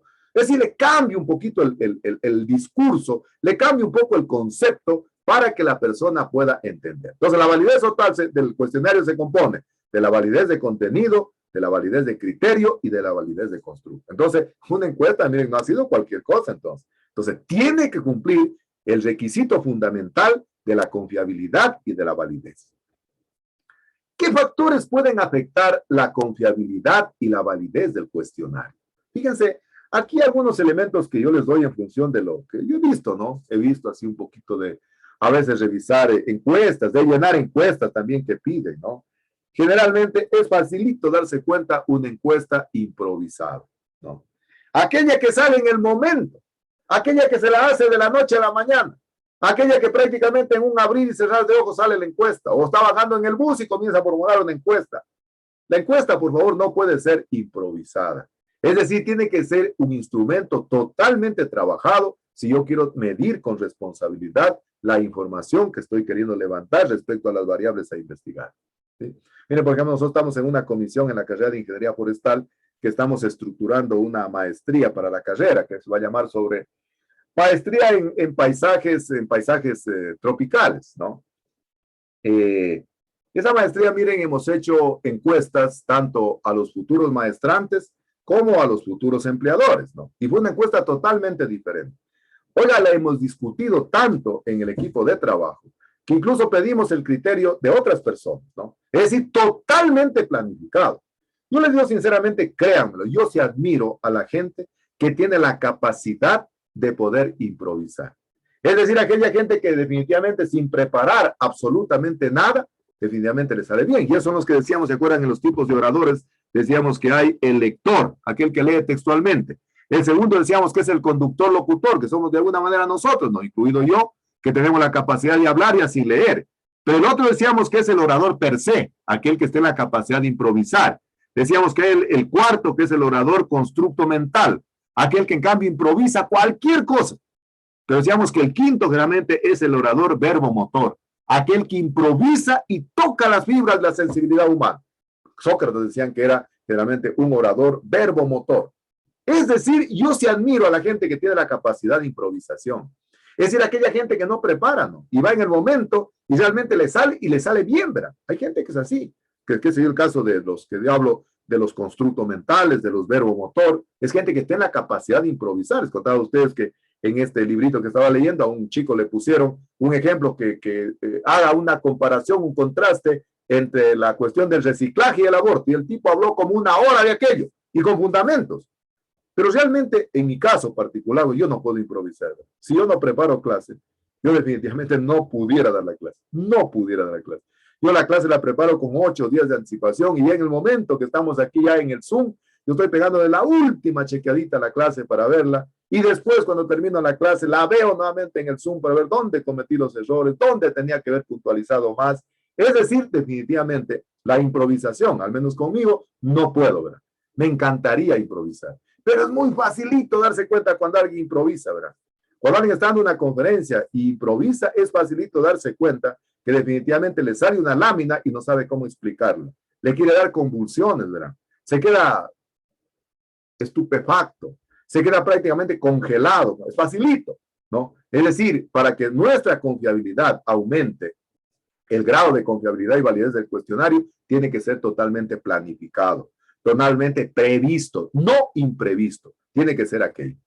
Generalmente, nunca utilizar cuestionarios que no estén dentro de nuestro contexto geográfico, nuestro contexto desde el punto de vista de la temporalidad, ¿no? Hay muchos cuestionarios, por ejemplo, que si ahorita en el Internet, usted ingresa al Internet y hay cuestionarios, no sé, que los han aplicado en España, en Colombia, en el Perú. Ese tipo de cuestionarios, por un lado, puede ser que estén descontextualizados. Por otro lado, puede ser que estén totalmente inapropiados para nuestra época. El cuestionario tiene que ser validado en nuestro contexto, con nuestra cosmovisión, con nuestra idiosincrasia, con nuestra manera de ver las cosas, ¿no? Mire, por ejemplo, qué sé yo, incluso si hablamos nomás de aquí de las nacionalidades indígenas nomás, ¿no? La cosmovisión de las nacionalidades indígenas del norte y del centro del país son diferentes, por ejemplo, a las de Saraguro, ¿no? Es decir, si voy a aplicar, por ejemplo, una encuesta que la aplicaron a la etnia Salasaca, pues no la puedo aplicar aquí en Loja, ¿no? A Saraguro, porque está totalmente descontextualizada, es inapropiada, ¿no? O si, qué sé yo, tengo una encuesta que le aplicaron a una comunidad mestiza, nosotros, ¿no? A colonos, ¿no? Y la quiero aplicar igual para una comunidad indígena, Shuar, Achuar, Saraguro, está descontextualizada, es inapropiada. O si utilizamos una encuesta que la aplicaron hace 10 años, cuando los problemas de investigación eran diferentes. Problema, qué sé yo, no había mucha contaminación, no había utilización, no sé, hoy de biocombustibles, no había contaminación, qué sé yo, por la cuestión de la radiación, hoy que es totalmente complicada, nociva. No había problema, qué sé yo, con las sustancias biotóxicas, ¿no? Es decir, totalmente descontextualizado. No podemos realmente improvisar, no podemos utilizar entonces un cuestionario que sea, por un lado, descontextualizado e inapropiado para la época. Hay mucha gente, ¿verdad?, que hace control-C, control-V, ¿no? Entra al internet, encuentra un cuestionario de encuesta que hicieron, no sé, para el Perú, para la selva amazónica, y resulta ser que en el Perú la selva amazónica tiene otra connotación que la nuestra. Y resulta ser que la idiosincrasia, la cosmovisión realmente nuestra es diferente. Es decir, tiene que ser, el cuestionario tiene que ser válido para nuestro contexto, en el tiempo y en el espacio. No puede ser una cuestión totalmente arcaica, totalmente desactualizada, totalmente inapropiada para la época. Hay que darnos el trabajito de redactar y que realmente el cuestionario sea validado para nuestro contexto en el tiempo y en el espacio. Factores que pueden afectar la confiabilidad del cuestionario. Entonces, estamos hablando de eso, no se olviden de aquello. Generalmente, un cuestionario puede resultar inadecuado cuando no es empático para el encuestado. ¿Quién me dice, a ver, qué es ser empático? A ver, ¿qué era la empatía? A ver, ¿quién me dice qué es la empatía? A ver, ¿alguien que me ayude? ¿Qué es la empatía? Yo, ingeniero. Claro, Melissa, con todo gusto. Bueno, para mí la empatía es ponerse en el lugar del otro, o sea, ponerse en el lugar del otro, o sea, tratar de de ser buenos con la persona. Si está pasando alguna situación, uno tratar de entenderlo. O sea, así lo veo yo como la empatía. Extraordinario, me está viendo Melissa. Extraordinario, fabuloso, felicitaciones. Empático, entonces, es ponerme en los pies de la otra persona, en la cabeza de la otra persona. Entender cómo realmente se comporta la otra persona. Eso es empático. Por eso, fíjense, la mayor parte de nosotros no somos empáticos y juzgamos de manera tan ligera a las otras personas. Dice, Pablo, no viene a clase. Oye, un ratito, tiene un problema, tiene una calamidad doméstica, tuvo un problema el día de hoy, no sé, la semana pasada un estudiante no asistió a clases en un curso y después me escribió y dice, mire, ingeniero, sabe que cerca de mi casa vino un carro, se estrelló contra un poste y prácticamente nos destruyó todas las instalaciones del internet, absolutamente todo. Imagínense yo al no ser empático. Entonces, empático significa ponerse en los pies del otro, estar en la posición del otro. El cuestionario, para que tenga confiabilidad y validez, pues tengo que ponerme en la posición de encuestado y por lo tanto ver si el lenguaje que estoy utilizando es muy elevado. Imagínense que lo diga, por ejemplo, desde el punto de vista de una vitroplanta. Oiga, claro, yo me estoy sobrando, pues no, estoy quedando de campeón, me estoy, qué sé yo, elevado, oiga, pero estoy quedando pésimamente mal.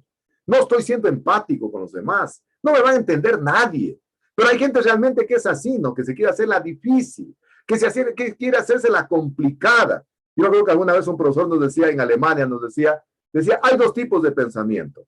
Aquella gente que es del pensamiento difícil, escucharán, ¿verdad? Pensamiento difícil, pero de la palabra fácil. Es decir, tiene un pensamiento abstracto, pero lo explica fácilmente. Y la otro tipo de personas, somos la mayoría, decía él. Somos del pensamiento fácil y de la palabra abstracta, de la palabra complicada. O sea, queremos complicarlo todo. Queremos utilizar un lenguaje rimbombante, tecnicismos muy elevados que los otros no van a entender. Y le ponemos ahí, qué sé yo, desde el punto de vista, no sé, silvicultural y desde el punto de vista, no sé, genético, del genoma. Oiga, no lo va a entender nadie, hombre. Entonces, tratemos de ser empáticos. Como lo dijo con muchísima propiedad Melissa, empático, pongámonos en la posición del otro. Es decir, si yo hago la encuesta, voy a hacer un ratito el ejercicio. ¿Entiendo la pregunta? Y recuerden que yo tengo un nivel cultural, posiblemente académico, más elevado del que voy a encuestar. Entonces, el lenguaje muy elevado definitivamente no funciona. No le van a responder, ¿verdad? Yo, ¿de qué sirve que me haya sacado el aire preparando la encuesta para hacerme el simpático, el elegante, ¿no? ¿Qué es una vitroplanta? Desde el punto de vista biotecnológico. ¿Qué será, hombre, eso? Suena bonito, pero no te va a entender nadie. Pero si yo le pongo, le digo, una planta que se puede producir en el interior de un laboratorio, o sea, estoy cambiando, miren. Estoy utilizando un lenguaje que es adecuado, que es empático para todos. Y miren, la gente cuando quiere caer antipática utiliza algo que no es definitivamente empático. Fíjense. Es decir, entonces ahí lo que dice este profesor, ¿no? Hay gente que es del pensamiento facilito, pero lo hacen complicado. La interpretación, la explicación lo hacen complicado. Oiga, no hay cosa más sencilla. Realmente hay que poner las cosas en blanco y negro, pues hombre, como son. Entonces, eso es de fundamental importancia. El cuestionario no tiene que tener un lenguaje muy elevado para que realmente no le puedan entender. A mí me interesa que todos respondan, porque en función de las preguntas que usted formule, definitivamente va a radicar el éxito de su investigación. Puede ser que las condiciones en las que aplico el cuestionario lo convierta en algo muy tedioso, muy largo, muy confundido, muy cansino. Imagínense que yo lo encuentro a un señor bajando de la comunidad en su burrito y digo, chita, ¿cómo ando apurado? Aquí no, oiga, discúlpeme, ¿cómo se llama usted? Juan, dice, hágame una encuestita aquí. El señor ahí no abre la carpeta y déme. Hombre, o sea, no puede ser aquello. O sea, las condiciones en las que está aplicando usted el cuestionario no son las adecuadas. Y posiblemente el señor, se le vaya a constituir un instrumento largo, tedioso, fatigoso, que no le va a contestar adecuadamente. O que si alguien llega a ti igual, ya al terminar la clase, uno llegaba, le dejamos ahí el formulario que nos den contestando, unos ahí en el bus van contestando, ¿no? Otros mientras escuchaban música contestando. Otros que se iban a la espalda nomás ahí, para llenar ahí nomás, ¿no? No. Tiene que ser realmente una cuestión que reúna las condiciones. Si está de apuro, no haga el cuestionario, verán. Vaya tranquilamente a la comunidad, plantee su formulario de encuesta, salude a todos, identifíquese a todos, mencióneles que la encuesta tiene un grado estrictamente confidencial, que todas las preguntas serán utilizadas para un trabajo de investigación. Es decir, las condiciones en las cuales usted plantea el formulario de encuesta son fundamentales para realmente que sea largo, que el mismo no sea tedioso, ¿no? Y finalmente, los aspectos mecánicos, ¿no? Los aspectos mecánicos. Fíjense esta partecita, hay mucha gente que no lo toma en cuenta. Yo siempre digo, cuando uno presenta un documento, para mí hay dos grandes factores a considerar, o dos grandes elementos a considerar. Los factores de forma y los factores de fondo. Hay mucha gente que se preocupa del fondo, o hay mucha gente que se preocupa de las formas, o hay gente que se preocupa de lo uno y no de lo otro. Lo ideal es preocuparse de las dos cosas, de la forma y del fondo. Ya hemos hablado del fondo, de la validez, de la confiabilidad, de criterio, de contenido, de constructo, que no sean muy largos, que realmente no sean antipáticos, sino empáticos el cuestionario, etc. Eso es la parte del contenido, ¿no? Pero algunos descuidan la parte de la forma, las partes mecánicas, ¿verdad? Que son de fundamental importancia. Por ejemplo, miren la diferencia que es presentar un trabajo en el EVA sin carátula, por ejemplo, a presentar un trabajo con carátula. Miren, son cositas que uno dice, no son significativas, pero a veces en el contexto general marcan la diferencia. Yo me acuerdo alguna vez, hace algunos años, cuando yo recién estaba venido de Cuba, era par el revisor de los proyectos de investigación que hacía el CONUEP, en ese tiempo del CENESID se llamaba CONUEP. Y entonces me acuerdo que en alguna oportunidad nos tocó revisar un proyecto inmensamente grande, ¿verdad? Inmensamente grande, oiga. Era de una universidad de acá del Ecuador, un proyecto que cuando fuimos a revisar creo que éramos 5 revisores de diferentes universidades y nos reuníamos generalmente en Quito para revisar los proyectos y fuimos. Y ese proyecto era tan grande que no tenía ni carátulas, no tenía absolutamente nada. Estaba ahí en una vincha, me acuerdo, de una carpeta folder. Lo vimos y enseguida lo hicimos al lado y revisamos, no aprobamos el proyecto. Y cuando ya pasó la aprobación de los proyectos, el director del proyecto, miren, no había redes sociales, no había internet, no había nada. Me llamó al teléfono de la facultad, ni yo tenía teléfono en la casa. Este tipo era complicadito. Digo que los tiempos que están viviendo ustedes son fabulosos, ¿verdad? Si no aprovechan el tiempo, chicos, créanmelo sinceramente, porque no quieren, ¿verdad? Si no aprenden, si no leen, es porque no quieren. Al mediodía estaba leyendo de que dice que todas las inundaciones están dándose en Europa, es porque el grado de inclinación de la luna está tambaleando, ¿verdad? Léanlo, está en el internet, ¿verdad? Y dice que posiblemente para el 2030 los grados de inundaciones van a ser mucho mayores, porque dice que el grado de inclinación de la luna está tambaleando. Todo está en el internet. En ese tiempo no había. Entonces me llaman al teléfono de la facultad, llega el conserje a la carrera forestal, corriendo, y dije, yo tengo una llamada de Quito que lo están llamando, vuela a contestar, así era antes, ¿verdad? Así era antes. Sí, me indico, disculpe, el ingeniero era, le digo, sí, dice, mire, sabe que soy fulano de tal, yo presenté un proyecto, dice, tal fecha, y bueno, no ha sido calificado. Quiero pedirle un favor muy especial. Yo sé que mi proyecto ya no puede ser aprobado y estoy totalmente de acuerdo, pero quiero pedirle un favor especial. Por favor, podría revisarlo, aunque sea para que me dé su criterio, ya fuera de contexto, fuera de calificación y todas cosas, fuera de concurso. Le dije, deme un tiempito para poderlo leer. Y me di el tiempo de leerlo después de unos 8 días, creo, y lo llamé nuevamente al señor porque me dijo que a ese teléfono no lo llamara. Lo llamé así de la facultad, mismo porque no tenía teléfono. Oiga, y el proyecto había sido perfecto, ¿verdad? Perfecto el proyecto.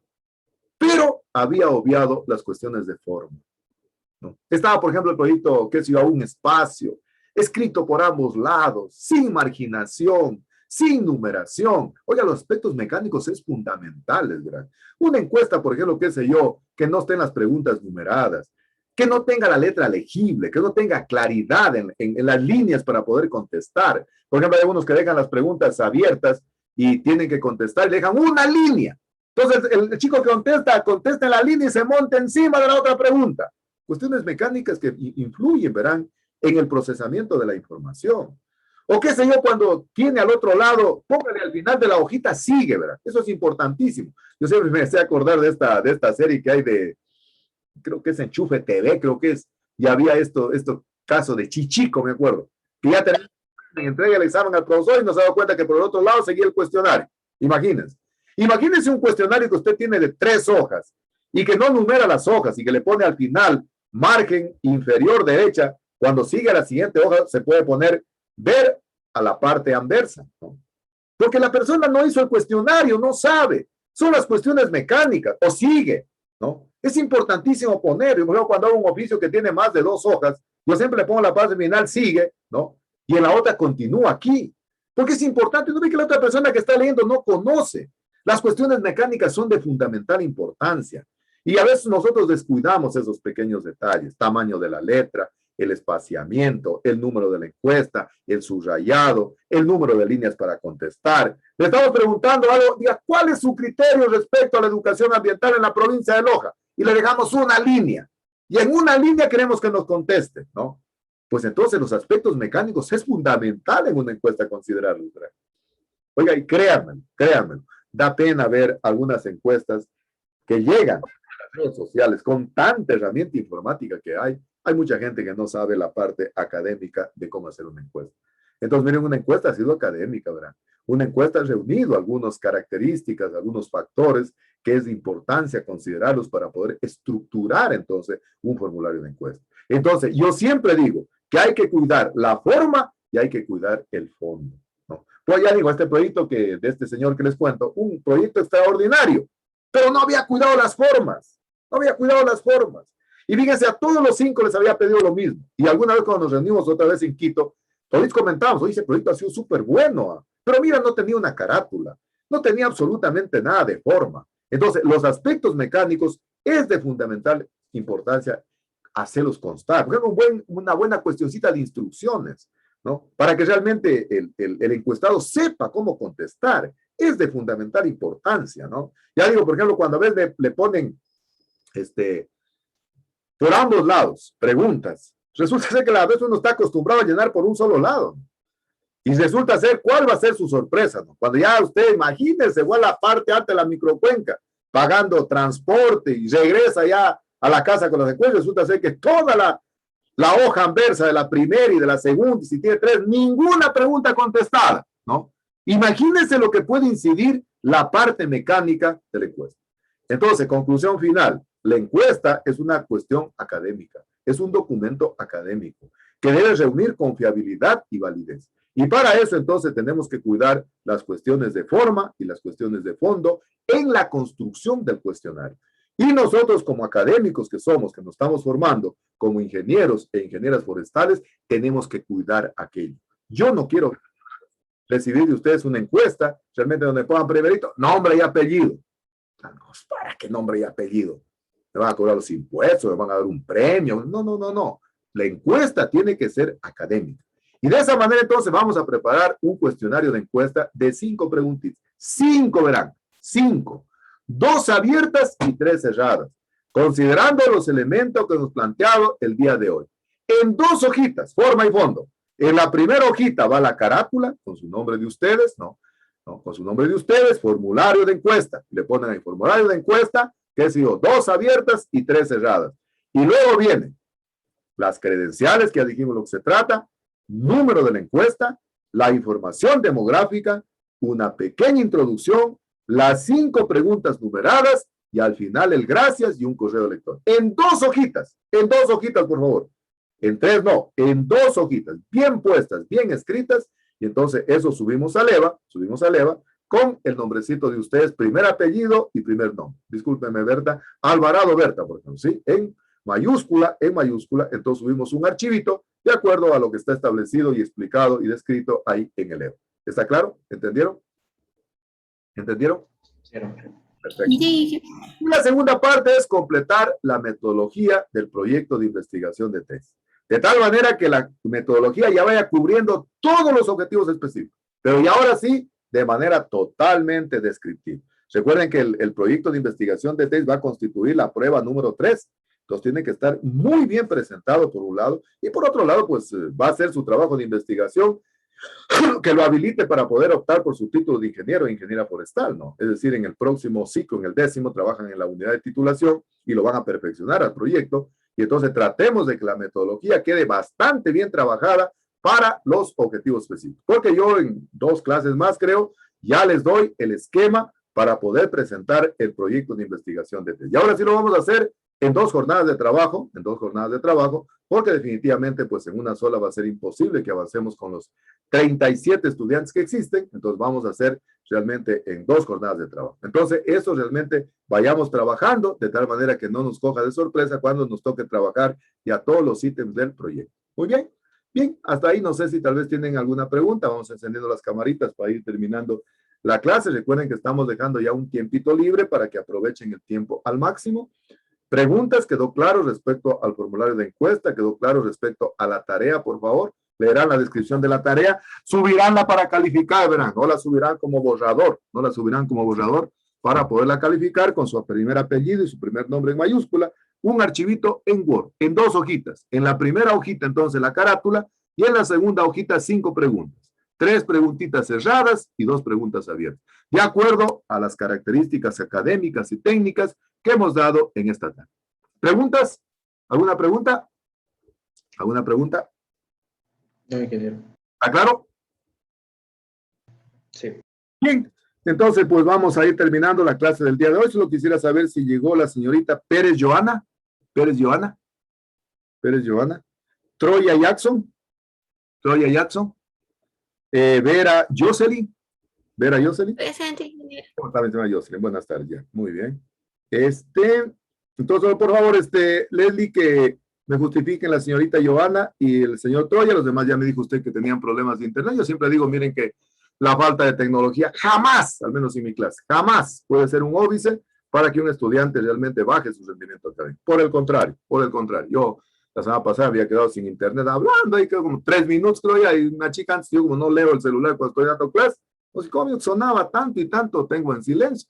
Quería estar sin internet, estábamos, vuelve a repetir. Entonces la tecnología, ustedes saben que no la podemos manejar. Y además en mi clase eso no puede ser jamás un hobby, un pretexto para que nadie se quede realmente sin poder aprender y que afecte en su rendimiento académico, ¿no?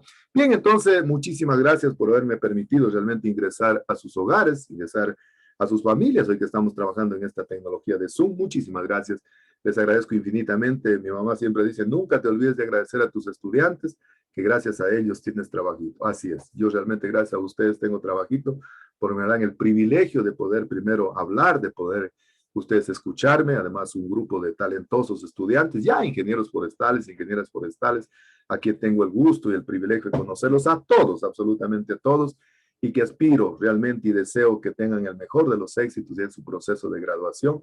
Créanme que soy inmensamente feliz de trabajar en esta profesión de ser docente porque tengo el inmenso privilegio de ir moldeando seres humanos, de ir moldeando personas con el mayor amor, con el mayor realmente entrega para ustedes. Así que definitivamente les agradezco por permitirme trabajar con un grupo tan maravilloso como son ustedes, talentos humanos, muy contestatarios. A mí me da muchísimo gusto realmente cuando tengo la posibilidad de poderme poner en contacto con ustedes, ¿no? Bien, no se olviden, verán, la pandemia está complicada, hombre, leerán las noticias, está complicadísima esta cuestión de este Delta, no sé qué cuestión, así que hay que tener mucho cuidado, por favor, cuídense ustedes, si ustedes se cuidan, están cuidando y están también precautelando la salud de su familia. Recuerden que la familia es lo más importante que podemos tener.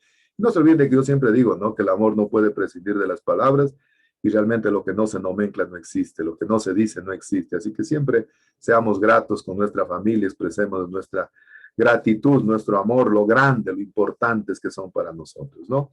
Bien, entonces cuidémonos mucho, que tengan una extraordinaria semana en el plano personal, en el plano académico y en el plano familiar. Y si Dios lo permite, entonces nos vemos la próxima clase. Que les vaya muy bien. Hasta luego.